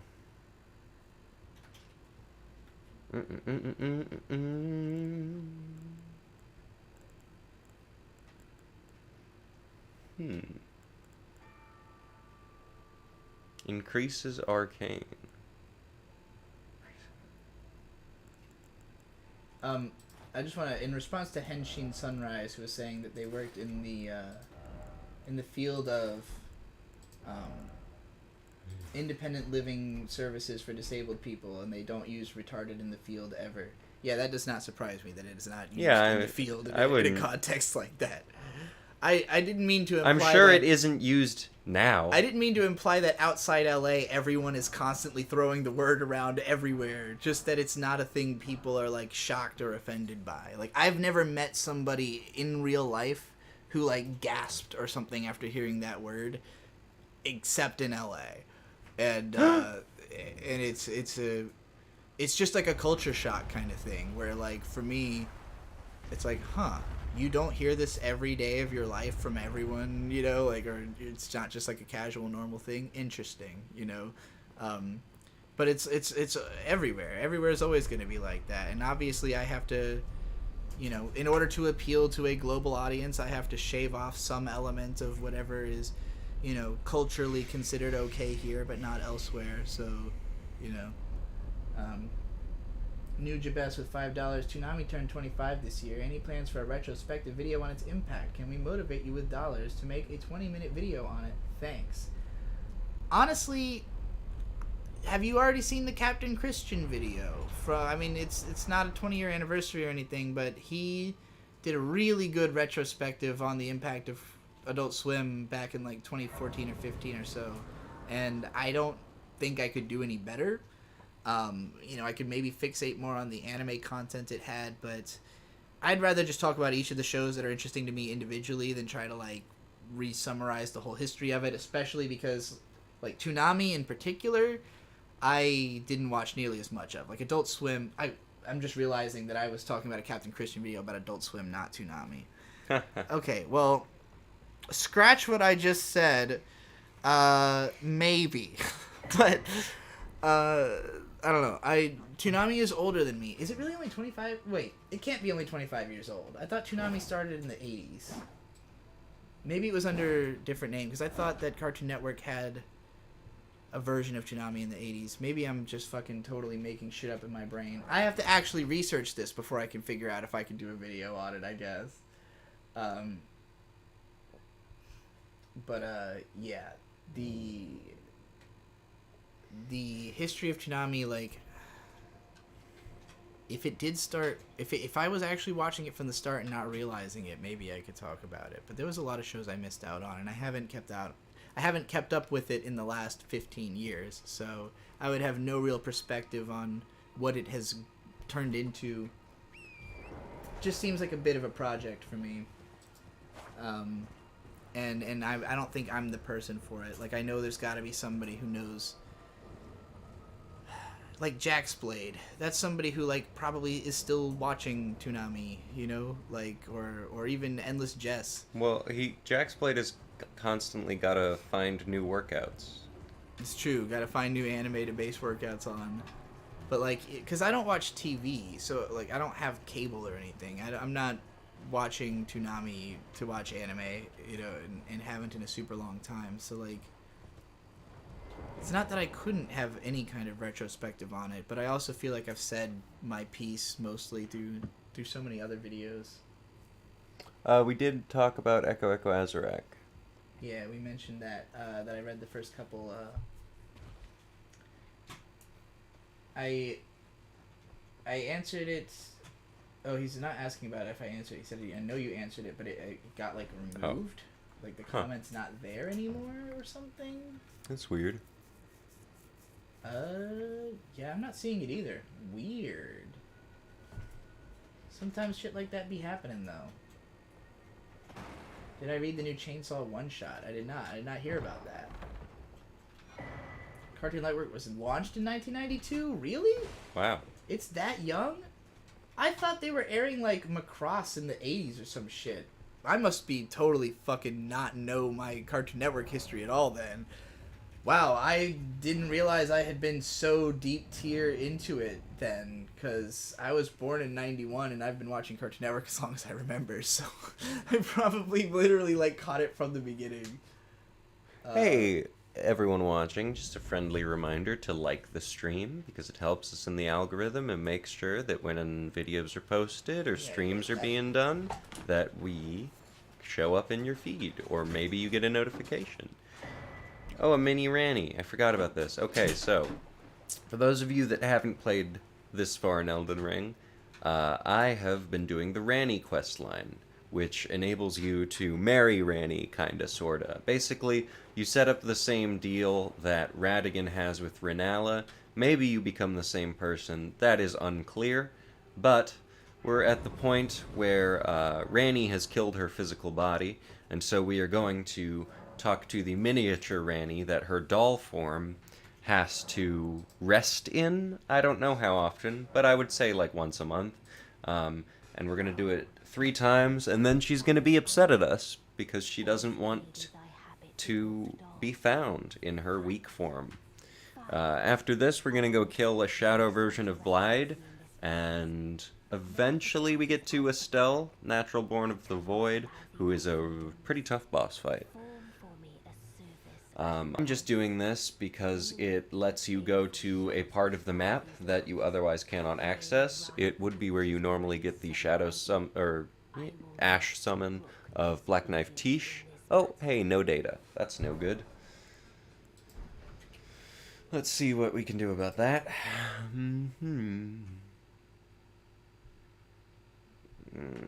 Not getting anything, actually.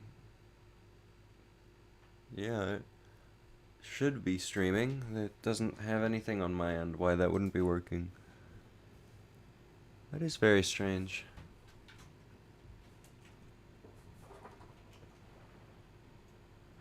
Well, I will sit. I think you guys can still hear me, so we'll just keep going, and I will ramble at the camera. Hate those guys.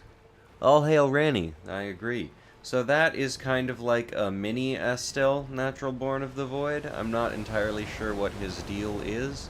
I killed him in my last playthrough, and he gives you a lot of runes, but it's not really worth it. We're running through here to get to the Lake of Rot, which is not very fun. I don't like it. We are experiencing some technical difficulties again, but there's nothing on my end.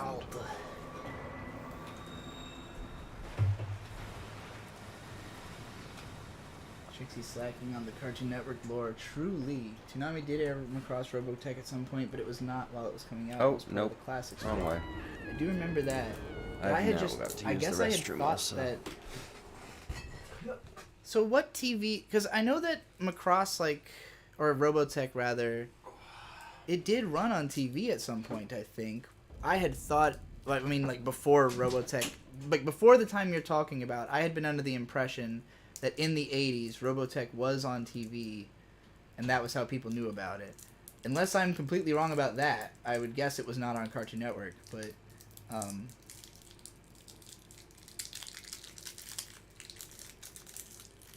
Oh, so Goodbye Airy is part of Chainsaw Man. I've heard people mentioning that one shot and asking me about it, but I didn't realize that it was the same. That it was a Chainsaw Man thing. I'm about to eat a cheese wheel while I await more things to react to in the chat. Happy Egg Day, Elliot Morneau. I've got me a little wheel of Baby Bell.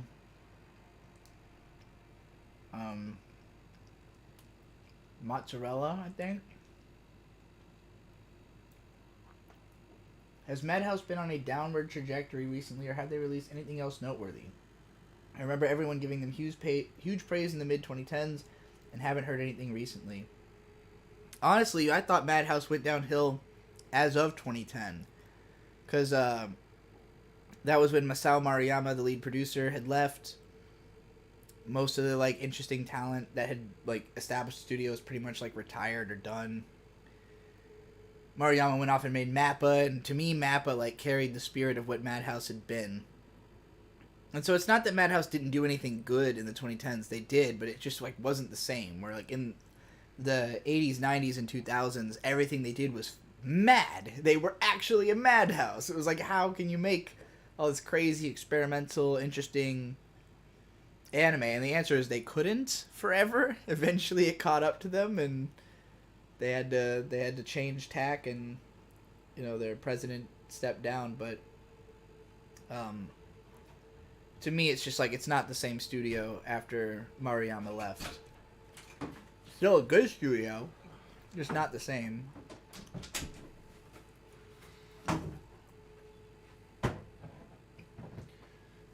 Okay, it is a standalone, not Chainsaw Man. Hey, I have a question for the chat real quick. For those of you that are gamers or editors or sit a lot, what are some good chairs? I need a new chair. Yeah, my chair really sucks. Bad. My chair is good and still not good enough. I still have horrible back problems with my lower back, and I have a good chair. So I don't know how you're even alive after sitting in this fucking little $60 Target chair? Yeah. I think it came from Office Max. Oh, well, still pretty bad. But it's like, the cheapest chair they have. Jacob Wagner with $5. Started watching Brigadoon after the last stream. Please watch it. It's really good. 7 episodes in and no robo-romance yet. I definitely want to watch it. I also, after the last stream, was like eyeballing it like, maybe it's time to watch Brigadoon. But I wasn't sure if I was ready to jump in. Kind of want to play a video game right now, but I don't know what game other than Elden Ring. But like, Elden Ring is it's like a lifelong commitment I've made. Like I'm wearing the Elden Ring. Milberget from IKEA. Let me look that up real quick. I guess I can look it up on stream. That way they can see what it looks like. Milberget.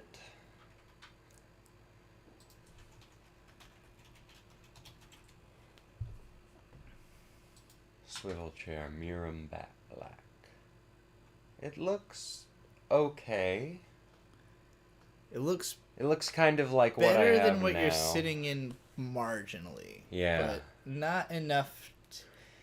We're talking, we need a chair that can be sat in for like 8 hours a day. Let's see what kind of other chairs IKEA might have.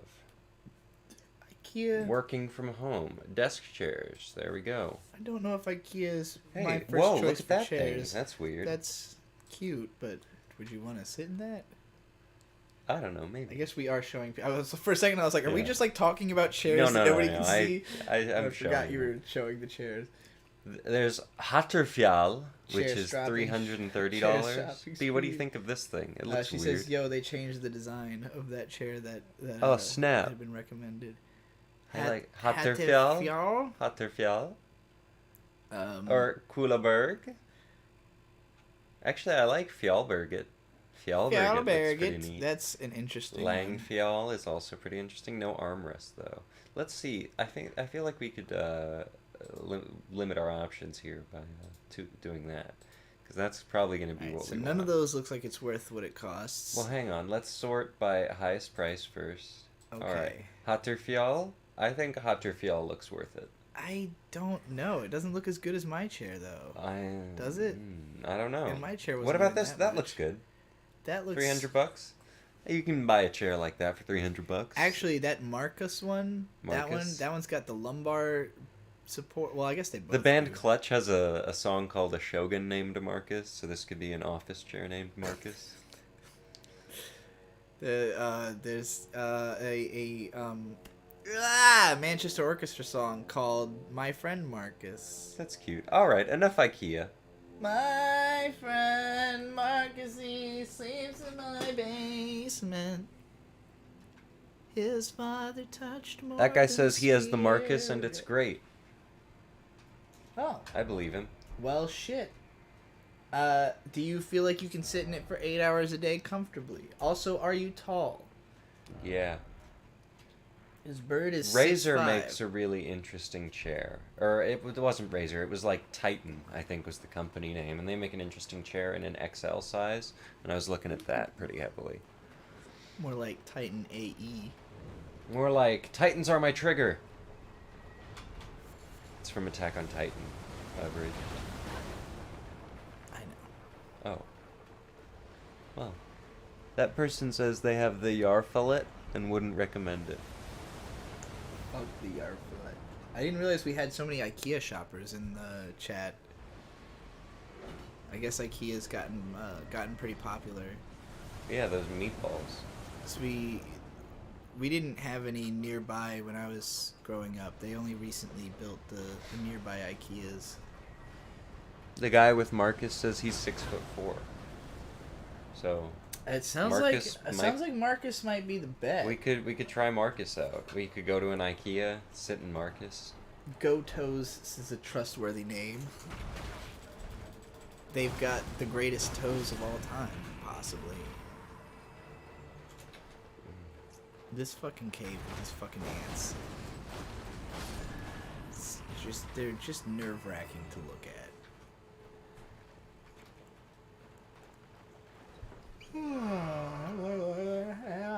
How you feeling over there?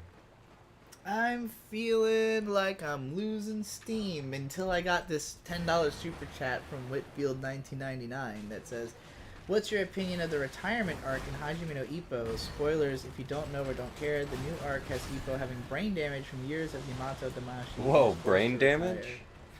We were just talking about that. That's funny. Oh yeah, I guess we were. Yeah, I have not gotten nearly that far in Hajime no Ippo. I've only seen like 15 episodes actually, and I know a lot of stuff that happens later because my friends were all big fans of it back when I was in high school. But I mean, that sounds really fucking unfortunate. It sounds like shit for Ippo. I think it's a really interesting plot turn to have the main character get fucking brain damage from It is a boxing. really interesting plot turn. Yeah, like, you know, one of the most interesting dramatic things about a physical sport is the deterioration it has on your body, and obviously you get to see plenty of that with side characters in those kinds of shows, but rarely does the main character have to like get brain damage and retire. So it sounds pretty neat. Arguably, the main character in that one show didn't like that. She wasn't the main character. It was that kid, Yeah. the guy. But Ippo, like, oh shit, I forgot what I was gonna say. Him getting brain damage, neat idea, cool, whatever. What was I fucking thinking a second ago? It's gone. The thought it left my brain. It leaped out. It leapoed out of your brain. Hajime no Ippo'd out of my brain, which actually does mean first steps, basically, or like yeah, Hajime no Ippo's first step.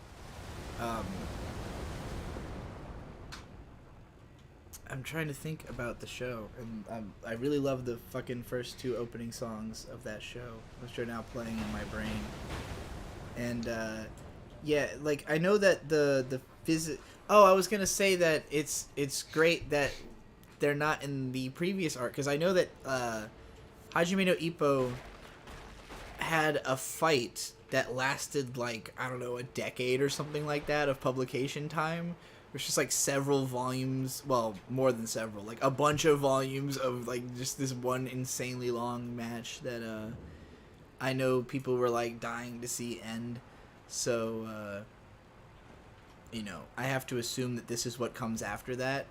And sounds like a good way to take the story after something like that, if you wanted to continue. Trixie, it is vital that you turn on stitching on your TikToks. She wants. I will do that. She wants to graft you. Yes, I want to. I want to be the Godric the Grafted of TikToks, where they just become like this gigantic monster of hands attached to each other.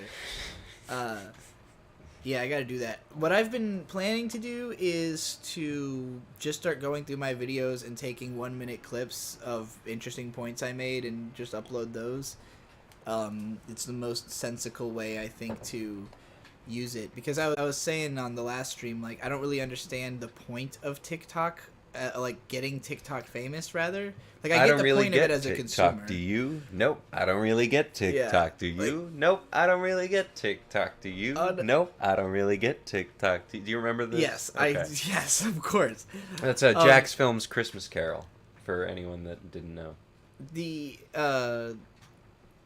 I get it on the consumer level. I don't get it on the creator level. I get it I don't get on what's all in it levels for because me it's Chinese spyware. to do it. But you know, if it somehow will benefit me to be TikTok popular, then I guess I'll give it a shot. I just don't really know how it would benefit me. Exposure, I guess. I hope, but like, how will, like, I don't know, will people go watch a YouTube video of the thing they saw on TikTok? I just really doubt that. Like, that's not the way I would use TikTok. I wouldn't be like, oh wow, this creator, you know, who makes 10-second little points on here, I have to follow them everywhere else. Like, I don't know. Yeah, I don't really get TikTok, do you? No, I don't really get TikTok, do you? No, I don't really get TikTok, do you? No, I don't really get TikTok, do you? Alright, that's enough of that. Wasn't that Akagi? Yes, Akagi also did that. I guess Ippo's fight wasn't as long as I thought it was. But, there was I know Akagi went for, like a preposterous amount of time, like 10 or 15 years or something. That most of the manga is just one match between, you know, the main hero and villain. Use TikTok to bait in the child audience. I just don't think they're gonna follow through. I'm also not. They don't trying have money. I don't want children. Yeah, I want adults watching me because they have income. Maybe we are all just slowly becoming boomers. That's fine. I just want to know what the boomers want to hear about. You know, like there's a channel I followed recently where it's a guy who's like a former TV network executive, sharing his opinions on like stuff that's happening right now coming out in shows. And it's somewhat interesting because of his perspective, but most of it ends up being like very focused on anti-SJW and anti-woke. Well, and he is an SJW. That's the funny thing about it, is that he's coming at it from the perspective of this stuff is poisonous to the media, but I don't even really necessarily disagree with it. Like the point, like he's not saying like, oh, this stuff is wrong. He's saying it's just fucking up TV. Like it doesn't belong in this context. But like the crowd that he is speaking to, and if you read the comments, are clearly very, very upset about wokeness and SJWs. And it's like, this is the contingency of like aging people on YouTube who are really mad about the Lord of the Rings thing and Star Trek. So those are the two things he covers mostly, is the Rings of Power and anything to do with Star Trek, because those are his old nerd properties that he cares about, you know, that are being ruined by wokeness. And like, even still, I don't even think he's really blaming the wokeness in and of itself so much as the people behind it, but he talks about it constantly to signal to that crowd. It's all about like, I know who my audience is. It's a bunch of old people who want to hear me complain about wokeness. So he keeps bringing it up, you know? And like, I don't have something that's that obvious where like, I know that all the people of my generation want to hear about this. other than politics, which I have no interest in talking about at all. So that's really the big divide that I have. Is like I'm in a climate where by far the most popular thing to talk about is politics, and I don't want to talk about it. Thankfully, the Biden administration has at least calmed that down a little bit. It hasn't. A little bit. It hasn't been as nothing but politics as it was in the previous 4 years. But, Some guy is being super ethereal in the chat asking you what wokeness means. just means, like, people who are, concerned about, like, I mean, do you want, like, there's a lot of different definitions. Like, in the context of what I'm describing of this guy complaining about wokeness, he means, like, the pressure to be inclusive and like, I guess really just that. It's just the inclusivity problem. It's like, particularly putting inclusivity over other aspects of the creation process. And that is what bothers a lot of people, is that they feel like a lot of good properties are being attached to bad writers who are being given a pass because of the fact that they are sort of appealing to these certain quotas of inclusivity that matter a lot to Hollywood types. And that's his big complaint.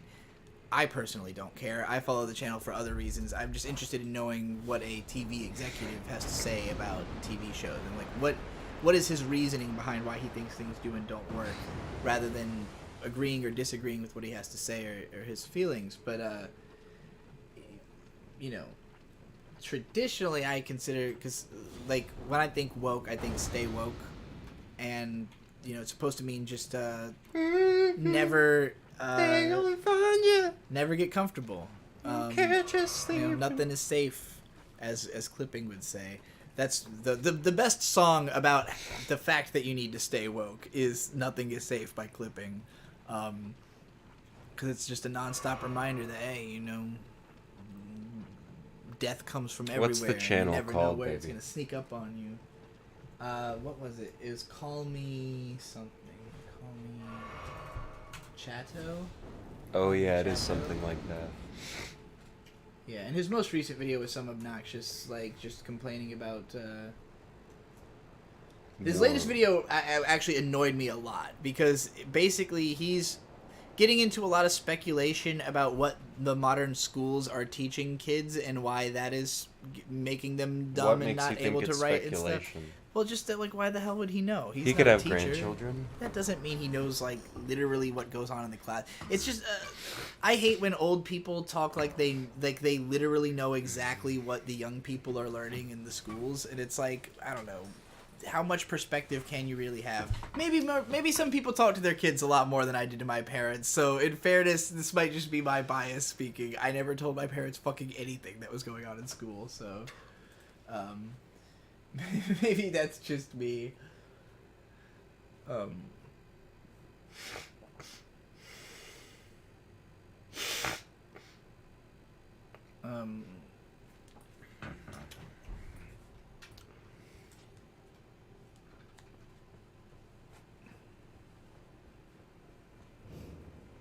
I'm in the Grand Cloister. Like the Pokemon. Mr. Man said ageism to the max. Yes, I would say that this Call Me Chato video struck me as deeply ageist. It was just him, like, bitching about how the young people are being taught dumb shit and therefore they're not learning anything and therefore they don't know how to communicate anything. And, like, I just think it's such a broad oversimplification and such a placation of what his audience obviously already thinks as a bunch of old people that it did nothing for me. Whereas, you know, some of his reactions to other things are where he's like really coming at it from the, hey, I'm a former network executive and here's why this particular commercial was, you know, won't work or something like that is a little more interesting. But I like to collect perspective from all over the place, even if I think that there's there's an element of it that doesn't ring true. A Tale of Memories might be interesting to talk about. I have a video about that. I think it's still up. It's just called A Tale of Memories. Let me look. Yig. It didn't come up when I searched A Tale of Memories Yig.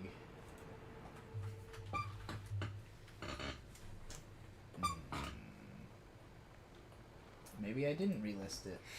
I thought I did, though. Maybe I changed the name.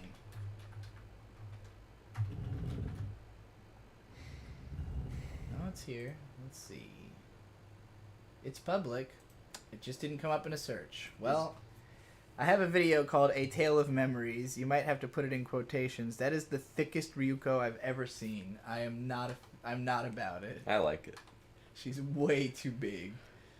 Too much extra Yuko.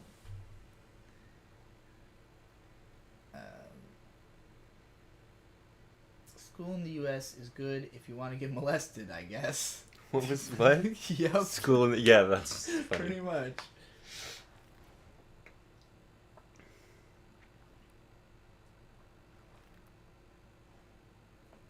Social studies, socialist studies, get McCarthy out of the grave, 111. Yeah, they're all joking about how, everyone thinks that school is just communist.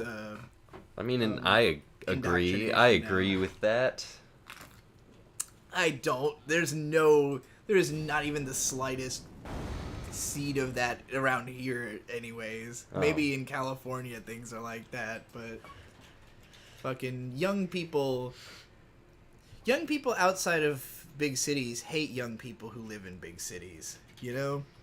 It was Well, because they're jealous. they are yeah.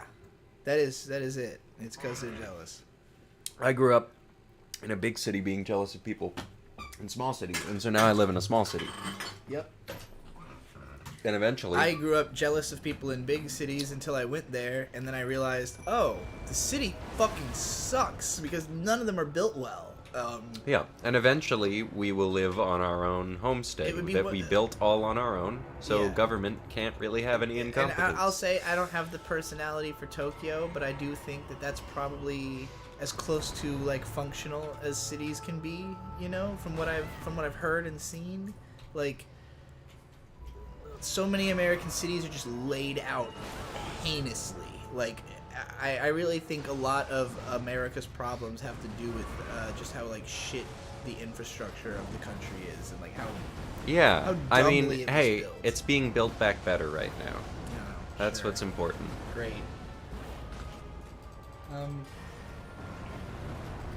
As the only young person in chat, I can safely say that public schools are extremely conservative and nationalist. That sounds more likely to me.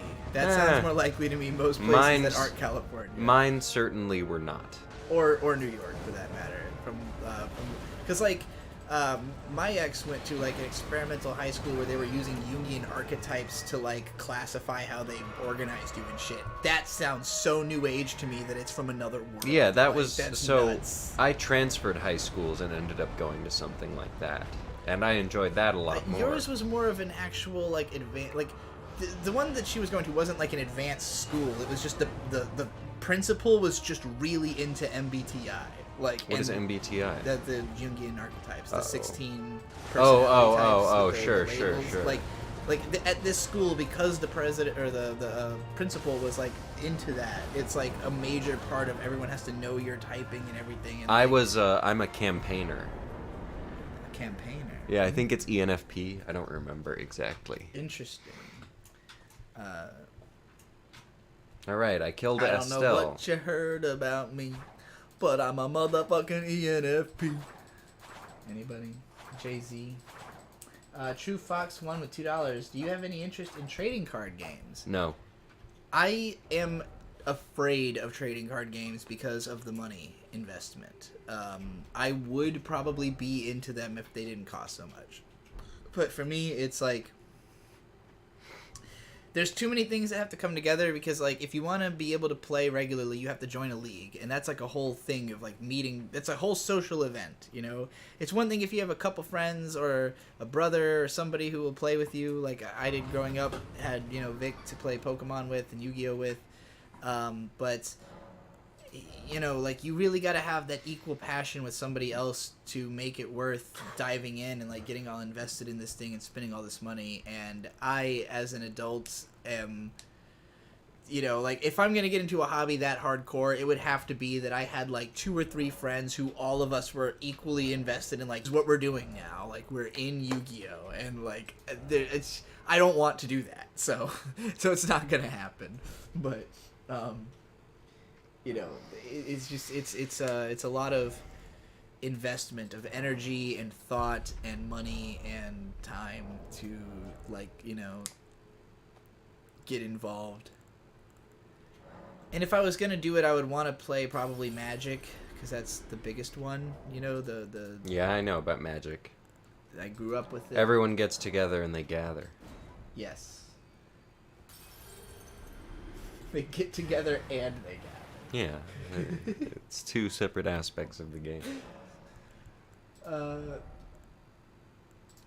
Ooh, you gonna take me home tonight? We're already home, baby. Just so you know. Quick little update on the Ranny quest. I have now killed Estelle, natural born of the void, and we are going to go back to Renala's boss room, because at one point Ranny gave us a key which will open up this chest, which will let us advance past Estelle's boss room into, well, you'll see. We're not there yet. M said, you know, quoting everyone, school has the opposite agenda of whatever my personal agenda is. You know what I think a big problem with everybody's thinking is that everybody thinks there's an agenda. And there's just not that No much one's agenda. that competent. Yeah, nobody has enough competency to have an agenda. People are just barely trying to, like, do anything, and, like, across the board. And I think everybody thinks that there's someone else who has things more figured out than they do. There's not. Like, a lot of people think This there's a person's not gay there. agenda, and it's like, what do you know? How? The only person who has a gay agenda is Dorian Electra. Or Andy Dick, maybe. And that's because Dorian Electra has a song called My Agenda about, Oh. Well, that's you know, nice. the gay agenda that they're trying to push. I'm glad they spelled it out. Yeah. And mostly because of all the accusations. It was like, oh, everybody's going to say if you're going to say that this is my agenda anyways, I might as well make it my agenda and actually be confrontationally gay about it. Would you say that... Since you're acting like I'm doing that anyways. I would say that Dorian Electric is agenda. I'm not sure what agenda that is, but they're It's like definitely agenda. agenda, you know? Yeah. Like, it's oh, not... yeah, agenda. Yeah, that Yeah. makes sense. It's like no gender, kind of. May you bend your out here dancing in my rainbow suspenders.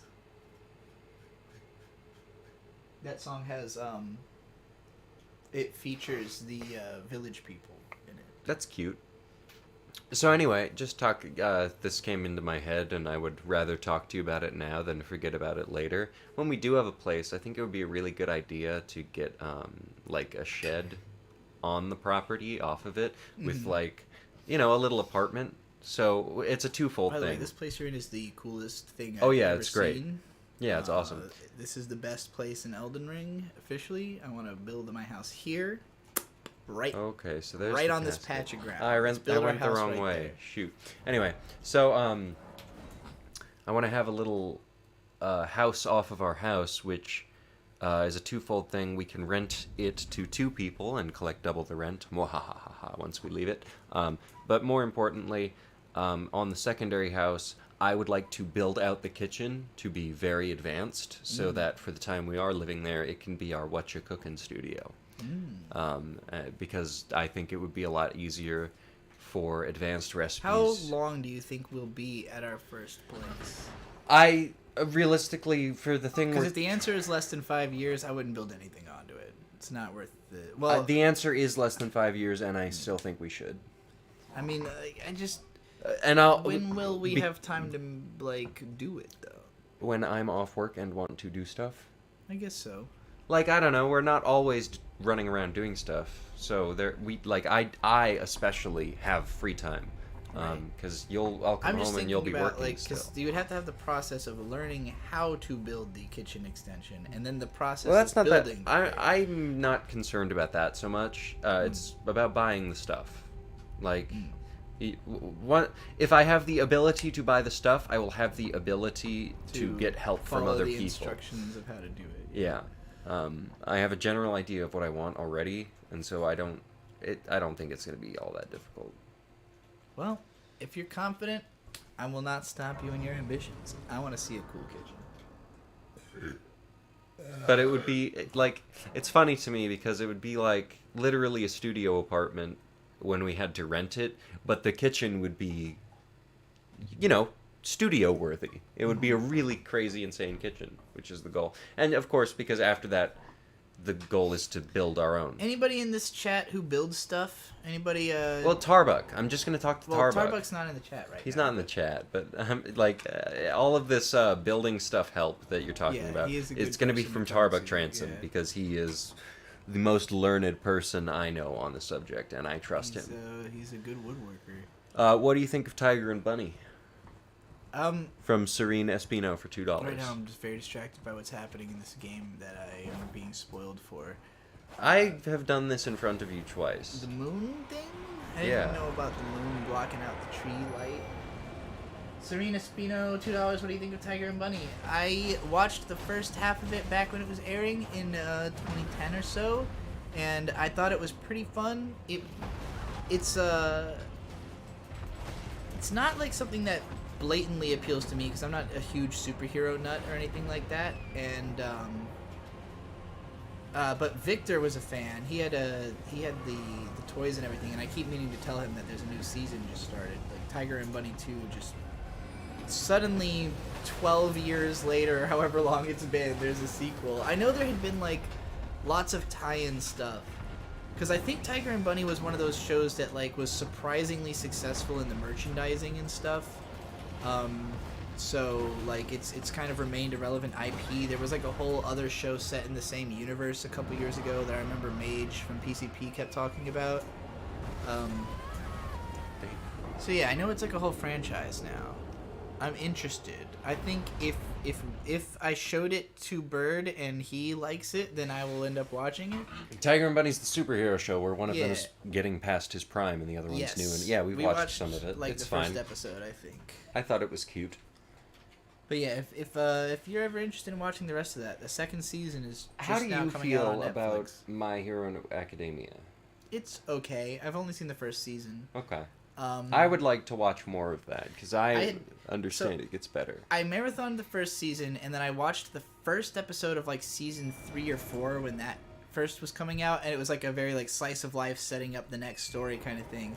And I had just been struck by the sense that it felt like nothing had changed. Like all the characters were exactly where they had been, where I remembered them being at the end of season 1. Maybe I'm wrong about that. Maybe all the change is subtle and it's not something that you could really see in a scene like that.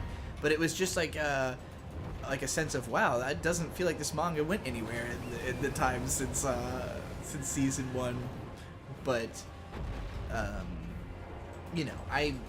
if you are interested in watching it, it's another show. And pretty much anything popular, if you have any interest in watching it, I would love to marathon that, especially sped up.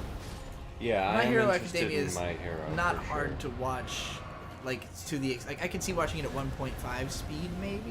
You know, I don't think it needs to Sure. be kicked up to 4. It is pretty or anything interesting. like that. You know, whereas like Jujutsu Kaisen, I don't know if I can watch that at normal speed, except the fight scenes. But I am interested in trying to catch up on that just to see where I it also goes. did not mind Jujutsu Kaisen. I mind it less than I mind Demon Slayer. Yeah, I know you can't stand Demon Slayer. Neither can I. We made it to like episode 6 and just couldn't grasp what was supposed to be appealing about it at all. Which I would also go back on Demon Slayer and just to try it again. Yeah. But I would definitely skip to maybe the start of season 2 or something.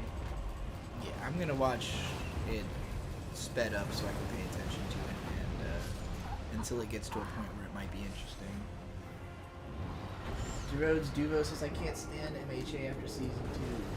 Well, I have to check it out and see how I feel. I've heard a lot of people don't like it after a certain point. I know a lot of people hate it after Deku gets suddenly... Do you know about the twist of... I'll just spoil. Deku at some point just gets 7 quirks. Like... Huh. Like, you know, he had the All Might quirk. And then Yeah. at some point in the story, they're just like, alright, now you can have 7. So I know about the alternate ability to All Mights. You know, the guy. Do you know about the guy? There's a guy. So All Might's quirk is called All for One, Yeah. right?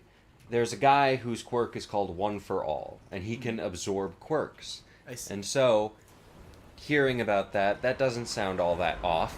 That makes sense to me. I don't know if it was that it didn't make sense in the story, or that people just hated that Deku was now, like, ridiculously OP out of nowhere. Like, that, you know... I don't like Deku as a character. But... I think it's more of, like, people really like stories like this to have natural growth, where, like, you see the character get a little bit stronger and a little bit stronger, and then for him to just suddenly have 7 new abilities is like, like, what was everything up to this point then? Deku starts his life as a character being ridiculously underpowered, and if he uses his power at all, he destroys his body. So I don't mind the vast jump in that. I think it's kind of par for the course. They said Deku inherits the quirks of the previous one for all recipients. He inherits all of the quirks of the previous winners of OFA, and they didn't know that was going to happen for a while because All Might didn't have a quirk before OFA. Oh, well, Deku didn't have a quirk. Deku is a worse protagonist than Shinji, worse than Kirito. He's just the worst. Damn. I don't even disagree with that. You don't like Shinji. I don't. How do you feel about Kirito? I don't mind him. He's not, like, I don't think Kirito's hateable as a person as much as just in the fact that the story's Kirito's written very terribly. understandable as a character. Everything that makes him suck is just that the writing's bad, but he's fine. He makes sense. He's coherent. Obviously, I love Shinji Ikari, but... Yeah, that's a problem. Deku is straight Gary Stew. Deku has 7 quirks because the people had One for All before him had their own quirks before getting One for All, and he doesn't get them all at once, he gets them one at a time. That's fine. What are the quirks? I would like to know that, and I don't mind spoilers. What about Yuji? I've honestly found him a breath of fresh air and how much he can't control. Yuji from what? Is that Jujutsu Kaisen's main character? Oh, maybe. I don't know. I don't know either. I don't remember. There's a lot of Yujis, so I'm like can't say for sure which one off the top. Yuji Every Lead is one of my famous names I've given to just like any random milquetoast protagonist is a Yuji Every Lead. Yes, JJK is who he's talking about. He is the least Yuji Every Yuji, I will say. Yeah, I don't mind him. He's fine. When I think Yuji Every Lead, I'm describing like the black-haired milquetoast, like, you know, I can't believe that you would steal panties, you know, like type character, you know. Yeah, that was painful. That's my dub acting. That is what every anime dub sounds like to me. It's just a Tumblr says to treat myself and try 5 of these things, and they are a New York subway and rail art account, a account for NaNoWriMo, an account for art and publishing. Man, Tumblr fell off after getting rid of porn. Tumblr is the... Send us superchats to pay respect to Tumblr falling off. Tumblr is a dead world. One of them makes him fart at high speeds. That's not true, but it's kind of funny. These were 2 different chats. Oh, I see. If that's BGE, it's nice to hear you. It is not BGE. It is my husband, Bird. Say hello, Bird. You've Hi, been this is mistaken for Bird. best guy ever. I feel very offended this time, so I'm not going to check. Gon? What about Gon? I don't know. He's fine. I don't mind him as a character. Oh, no, it's these guys. God damn it. Oh, these fucking dogs. I hate these fucking dogs. I used to dream away, in the dark, fade to gray. I used to pray, but now I scream, Lord help me. Yeah, we know the stream is lagging. It'd be not great. I think it might be about time to wrap up because the stream is lagging hardcore and we're not getting any more super chats and we're bleeding viewers. And although apparently 4 of them just came back, hi. We're trying to resolve whether it's time to wrap it up or not because of just how ass the picture quality is on the stream. And you know, as we talked about on the stream yesterday, we like to value your time, we like to value our time. Yes, and mo super chats is mo value. But also, we don't want to... Value meal. What? Huh? I'm talking... Never mind. My point is lost with the value meal comment. I'm just saying, for the cost of one value meal, you could also give us the money to buy a value meal. And then you will have lost weight. And we will have gained weight. Don't you want to lose weight? Don't you want to and watch make us get fat? Yeah. We can be, or you can be our pay pigs. That's what they call them, right? I don't know. Oh. I want my mummy. Did you say you want your mommy? Mummy. Oh. You ever seen those Halloween mummy faces where you pass by it and it activates and it goes, I want my mummy. I think Halloween decorations like that are really cheesy and dumb, so I try to avoid them. I don't mind, like, I think when you do it yourself to commit to a theme and decorate your house in that a is a certain scary way. bird. Yeah, there's a lot of those guys. Those dogs are the same thing. This is a very cool and very unpleasant location. I'll listen for as long as yous are going. Well, It that's... probably won't be much longer. Yeah, I appreciate the listening. Of course. I'm just trying to decide if I rip this bong before or after I end the stream. Just do it. I want to do it. It oh, okay. gets me closer to taking a bong. I want mommy, I want MILF. I want grandmommy, I want GILF.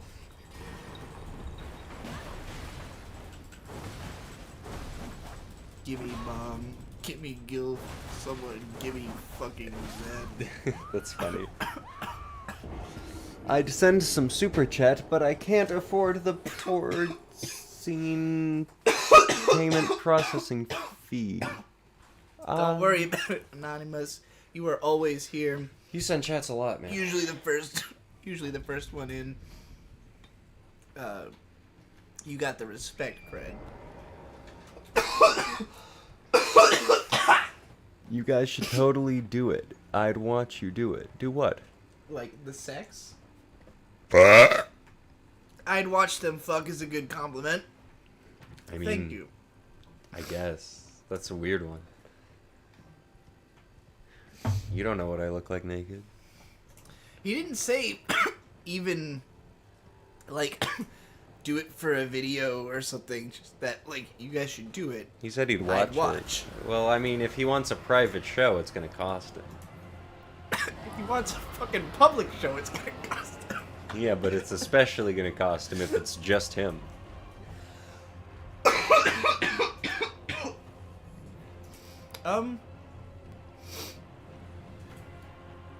Would the price... What? I guess... Ask your question. It really depends on how resaleable... Like... Yeah, so Yeah. here's the thing. Right? Like, you're thinking about the intellectual property rights to this Correct. sexual encounter. Yes. Yeah. I'm thinking how many people are going to see it. Oh, Andrew says, I was referring to ripping the bong, but it was meant to be a double entendre, so I'm glad you took it as a compliment. B, it's the first Church of America. It's the first one. I did it. I'm here. Now I'm just thinking about how I'd watch you rip the bong is somehow less of a sentiment I would expect than I'd watch you fuck. Like, now I'm like, wait, why do you want to watch me rip the bong? Is it exciting? I guess it's some some people might want to solidarity. smoke with you as you're Yeah, you hitting can the smoke bong. at the same time. We can all have a big Puff party. Puff party. Ah. Where's my bongu? Oh. I guess we're just doing this. I guess we're just ending the stream with bong rips and coughing now. Yeah, hey, This you is know. how we scare everybody away who's Hey, still hanging well, on. we've gained 11 viewers from what we were Yeah, at. somehow more people have showed up to watch me cough than we're in here 5 minutes ago. We're good. I don't mind keeping going. Alright, here's your bolu. It's only if we hit below a certain dollar amount per hour that we will have to leave. We value our time. We value our time. Oh, have we not dropped below the threshold yet? No, I don't. I think see. Yeah, we've officially devised schemata. So right how now, much money per hour is worth doing the live stream for. We've got the next 20 minutes.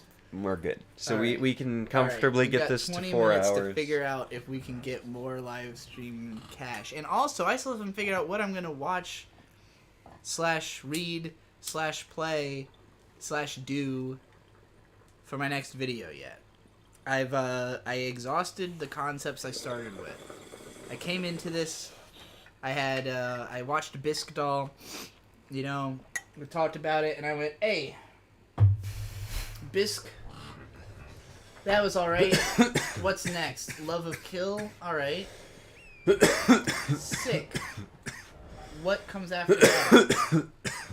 Akebi-chan, because people suggested it in the comments of the Bisque Doll video, so I checked that out, and that was good. Ninja Scroll was already planned, because it was Anime Alphabet. Summer Ghost was just like, this thing just came out on streaming sites, so let's check that out. Spy Family, same story. World's End Harem's another, new show that just ended. Agretzko is a script I'd been holding on to for a while, because I didn't want to have to edit it. The Raccoon thing is another thing that just showed up on streaming sites. Mushoku Tensei just ended. And Berserk was just like a concept I'd had in mind for a while that finally came forward because of the Super Eye Patch Wolf video. So all of those ideas were either like, this is a show that just ended and is popular, or this is something that just happened to pop up on streaming sites and I'm checking it out, or this is something that was suggested to me in the comments of other videos, and therefore I had the idea through watching someone else's videos. And so now I need another idea, because there's not another super popular show from last season that I'm super interested in. Or any random shit that's just come out on streaming sites that I'm super interested in. So I need more ideas. A Trixie video talking about fantasy or sci-fi books in the vein of James Toulos or Crimson Reviews would be cool. So the problem is I don't read. I don't really read books because it takes too long. Jesus fucking Christ. I like fast, short, to the point, in and out, consumable. You just get in and you get the themes and you remember like the core idea, and that's what's cool about it. Like, I like that kind of stuff, stuff that's just like 1-2 punch and then it's on to the next thing. Like the biggest stories that I would like is something like Chainsaw Man, and that was like kind of long, like that was it was a hefty story, but it did feel very complete, and it didn't feel like this like huge ask, especially because it was so good. But there's almost nothing else that's that good and that long that, like, I can't think of another manga as long as that's good enough I would want to read the whole thing. That was like pushing my limits. Whereas I feel like a lot of people tend to just like have like a stable of long-running things that they're kind of keeping up with or into. Maybe I need to develop something like that. Like, maybe I should be more focused on stuff like that time I got reincarnated as a slime. That's like, an ongoing franchise I do kind of care about.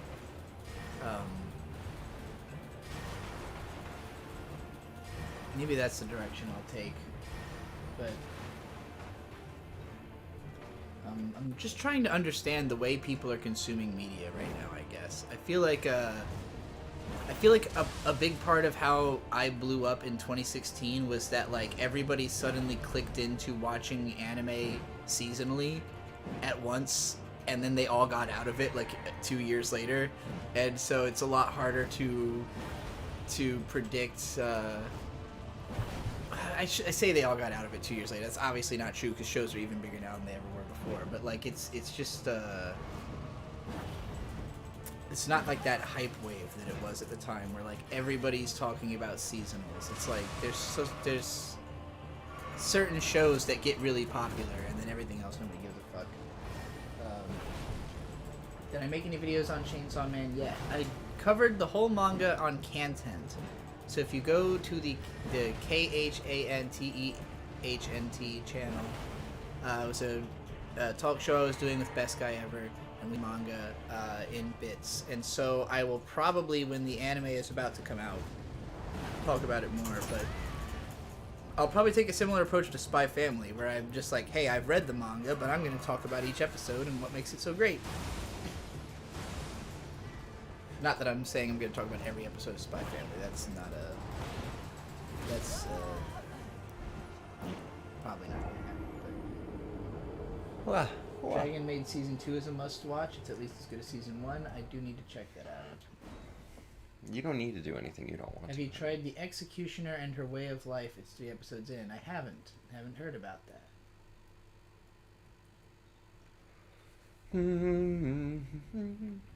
Maybe start with YA books. They're usually easier to read, so even long ones go fast. I mean, I do read some light novels sometimes, but in general, just like, I don't know. I have not grown more patient for reading as I've grown older. I have, in fact, grown less. I feel even more inclined to kind of just stick to what I know, which is like anime, video games, music, and movies, you know, and even then, like, movies feel a little bit out of my realm because I'm not a cinephile, but yeah, like, it just feels like broadening into books is like adding a whole other world of stuff that I don't know enough about to even navigate. It's really hard to find books that I would like. Like, everywhere I go to look for book recommendations, it's always, like, the same list of classics. And, or, like, genre fiction. You know, people who are really into certain fantasy stories. But, like, I've never been recommended a book that seemed like it expressly would appeal to me, except for House of Leaves. And that's probably my favorite book that I've read. It's the only thing that's, like, obviously appealing to me. Thoughts on the iconic dub of the Ghost Stories anime? Your humor is reminiscent of the show. I have never watched it, although I've seen some of the memes. That's something that we should watch together sometime. You know that famous Yeah, I know about it. dub? Yeah. She's a bitch and a ghost. Exactly. The main character is a nun who kills isekai protagonists. That sounds potentially fun. I started watching some people had suggested I watch the Isekai Assassin show. The world's finest assassin is sent to another world. And I watched the first 2 episodes, and I thought the first episode was pretty alright. And the second one was mostly just, like, a lot of setup of, like, just establishing all the parameters of the main character's powers and the story setup and everything, and just, like, getting him ready so you know exactly what he can do, which I thought was hilariously excessive. But there's a point where, like, the idea of the story is the goddess wants him to come to this other world because she needs him to assassinate the hero. And it's because the hero is supposed to defeat the demon lord and then, like, 6 months later does something dumb and, like, destroys the world. And so she needs him to kill him in that period. But he, like, specifically asks, so do I, like, because he says, like, so, you know, now that I'm getting a start in a new life, I realize that, you know, I spent like 60 years being an assassin. He's like an old dude. And he's like the ultimate assassin. He's like, I realized I spent my whole life working for other people and not really living for myself. So when in this new life, I really want to... And she's like, well, as long as you do this one fucking thing, you do this one assassination, I don't give a fuck what else you do. And then he's like, well, do I have to kill the hero, or do I just have to stop him from destroying the world? And she's like, well, really all that matters is that you make him not destroy the world. And I'm like, oh, okay, so he's not going to assassinate the hero. Like, yeah. This... I've already seen the entire show now. Like, I get it. He's gonna befriend him or something. There's gonna be some fucking reason. He's not gonna assassinate the hero. You said there was gonna be a raisin? So it was just like, it felt so on the nose to me. Like, it's so revealing of its entire self, just in, like, the setup. Its intentions are so clear. It felt like there was no mystery. Like, I know what's going to happen. This guy's going to be perfect at everything forever, and he's never going to have to do anything he doesn't want to do, like assassinate someone. But maybe I'm wrong. Someone tell me if you watched it and I'm wrong.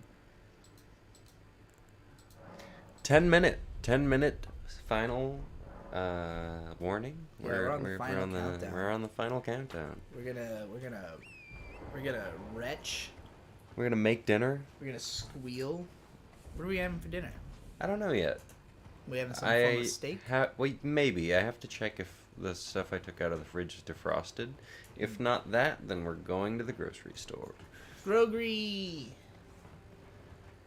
What's an anime that's similar to Guilty Gear? I don't think anything is truly similar to Guilty Gear, but Blood Blockade Battlefront probably has the most aesthetic similarity, just off the top.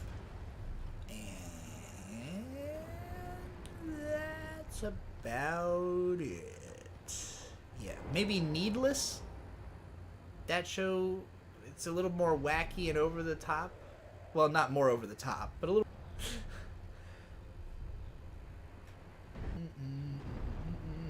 plain and, like, generic and bland that it created a weird disconnect for me, where I was like, I can't tell if this is ugly or... Well, no, it is ugly, but it's feels good to watch. Like, the pacing is really good. It just doesn't look good. So it was an odd experience. Did you ever watch The Ranking King? That's the second time you've been asked that on this stream. That's hilarious. I've only seen the first 3 episodes, but I will definitely watch the rest. That show did blow up. I expected it to. You remember back at the start of the season, I was like, this is going to be the Made in Abyss of this season, and it's going to have 300,000 viewers by the time it's over. That is exactly what happened. So I'm happy for my own predictive abilities. I wish I'd kept up with the show better while it was airing, but there's always time. It just ended, so, it's still in its growth phase, I think. I'll check that out soon. $5 from Melody 2. New type takeover still underway, a la Gecko Estate 5. We should be seeing all kinds of fascinating people coming out of millennials and Gen Z, you think? Yeah, I still think. I think, honestly though, I think we've been hampered by COVID. I think the lockdowns rather, not COVID itself. The lockdowns have created like an amount of psychic damage to this generation that cannot yet be understood or estimated. Like, well, it's trying to be understood and estimated now that we're admitting it was bad. Like, regardless of I don't want to get any kind of politics about it. I just know it's fucked up people's brains. And, like, there was before the lockdowns, it felt like we were in an accelerationist state of the internet where a lot of people were jostling and upset and all the atoms were moving in a frenzy and things were getting kind of chaotic. And then, they found a way to normalize everything and make it. I thought when the pandemic started, everyone's going indoors. They're all going to be online. No. They all went indoors and played video games by themselves. Or went outside. And became miserable and didn't talk to people because nobody wants to share how miserable their fucking life is with each other. So, like, it became that the whole world is a ghost town and I'm the only person walking around in it, and that's how it's felt for the last 2 years. So, like, it does not feel like I'm in this wellspring of creativity and ideas and energy that it felt like before this whole thing started. Now it feels like I'm,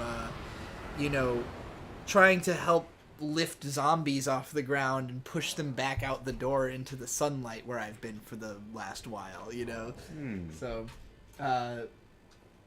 I do think fascinating people are going to come out of millennials and Gen Z. I think we're going to see the most haunted generation ever. Like, people who grow up just absolutely racked with knowing that the world is a fucking terrible place. And I think that's maybe a good thing, A traumatized generation maybe gets something done. I don't know. Hopefully not, it's hard to say, like, what the abuse cycles that people don't even realize they're perpetuating yet are, that we'll all be commenting on in 10, 15 years, like, that's the stuff that intrigues me. Yeah, all the things they're doing that are contributing to imperialism or nationalism that they don't know about. Yeah, exactly. Josh Michael with £2, have you finished Gintama yet? No. Yes. That is the funnier answer, but believe me, you would know if I had finished Gintama. There's a lot of episodes. I wouldn't be able to keep quiet about it. Like, generally, it's pretty easy to tell what I'm watching if you follow me on Twitter and follow my anime list, which is _golden_witch. But whensoever I do the shonen anime alphabet, that will be when Gintama has its day. It's probably one of the top 5 longest shows I have any intentions of actually watching all of. Okina. Okina koto. Okino koto wa. What are your thoughts on Sunny Boy? Haven't seen it yet. People keep telling me to watch it though, so I'm going to. That's probably the show from last year I've heard the most suggestions to watch, particularly because it seems like it's a weird, confusing show that people haven't totally made up their minds about, and so they want to hear me talk about it. Hopefully I'll have something to say. I get really pressured when people want me to watch really artsy shows that I'm afraid that if I don't like it, then my takeaway is going to be not helpful. I don't know. But I'll check it out. I'll see what happens. I heard the music is really good, and that is always a strong grab for me. Thought y'all were ending the stream. Well, yeah, and we're about we got 1 some minute money, away. So maybe we've got 5 more minutes than we originally said. 10 minutes at when we had 3 hours and 50 minutes on the clock for our stream time, and we are now at 3 hours 59 minutes and 11 seconds. And it sounds like we've had 5 minutes extended on because we got some money. I mean, so, Dash M Scan, you wanna that kind of talk? You wanna cough up some money? No, he's trying to make it over. He's like, I'll pay you to end this shit. Oh, I'm trying to fucking at this move on. point, at that point, we're gonna keep the stream going. We're gonna keep it rolling. You gotta pay us to stop. Just paused the stream and watched episode 8 of Sunny Boy before coming back to hear you mention it. It's been a mixed bag for me, but at the very least, it's interesting. That seems to be the takeaway I'm hearing, so I guess that's why it would be a show to talk about. Just is not an appealing title to me. Yeah. It doesn't reveal anything about what it could possibly be.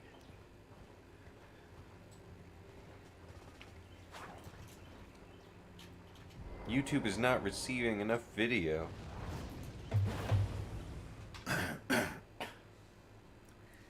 I'll receive video. Maybe we are ending the stream. Video! Maybe communicating trauma is the future. I think that's the present. Yeah, I agree. I think that's just where we're at right now. Is mostly everybody increasingly directly talking about their trauma. I was just we were sampling bits of some Western cartoons earlier that have been suggested to me.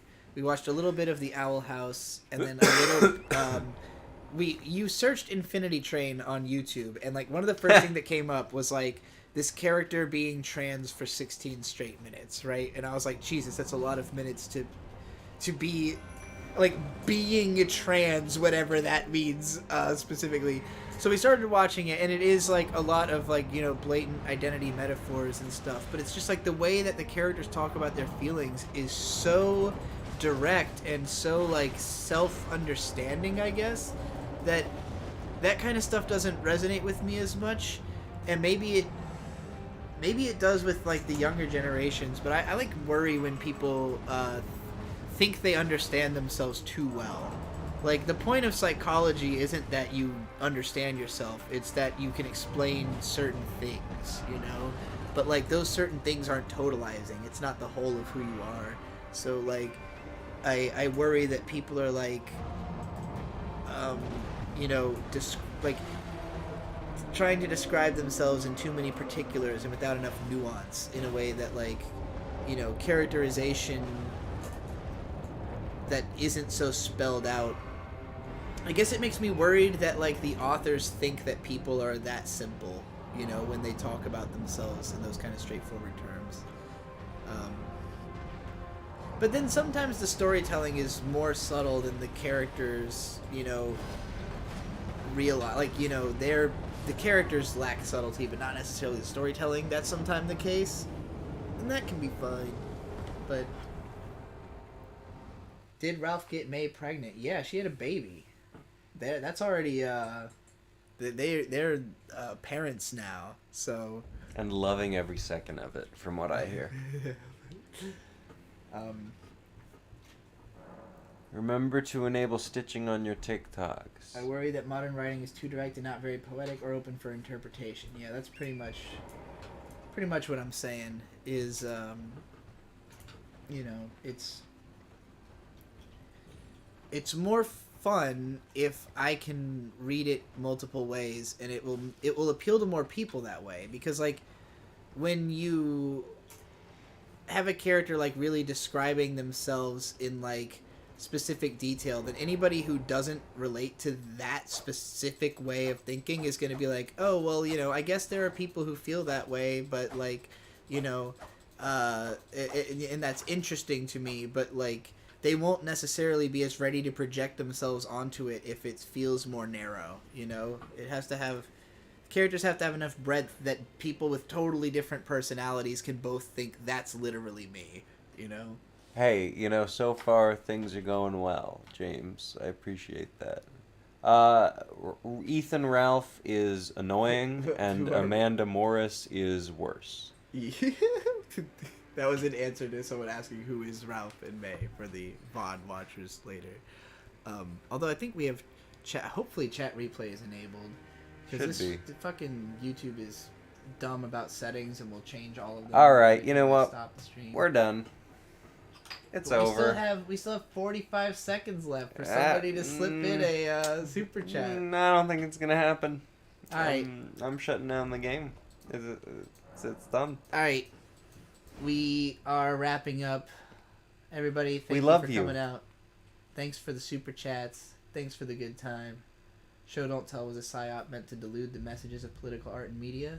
Happy Easter. I don't know what that means. I can see that. Alright. We've got 15 seconds. It's the final countdown. We're gonna end. I've direct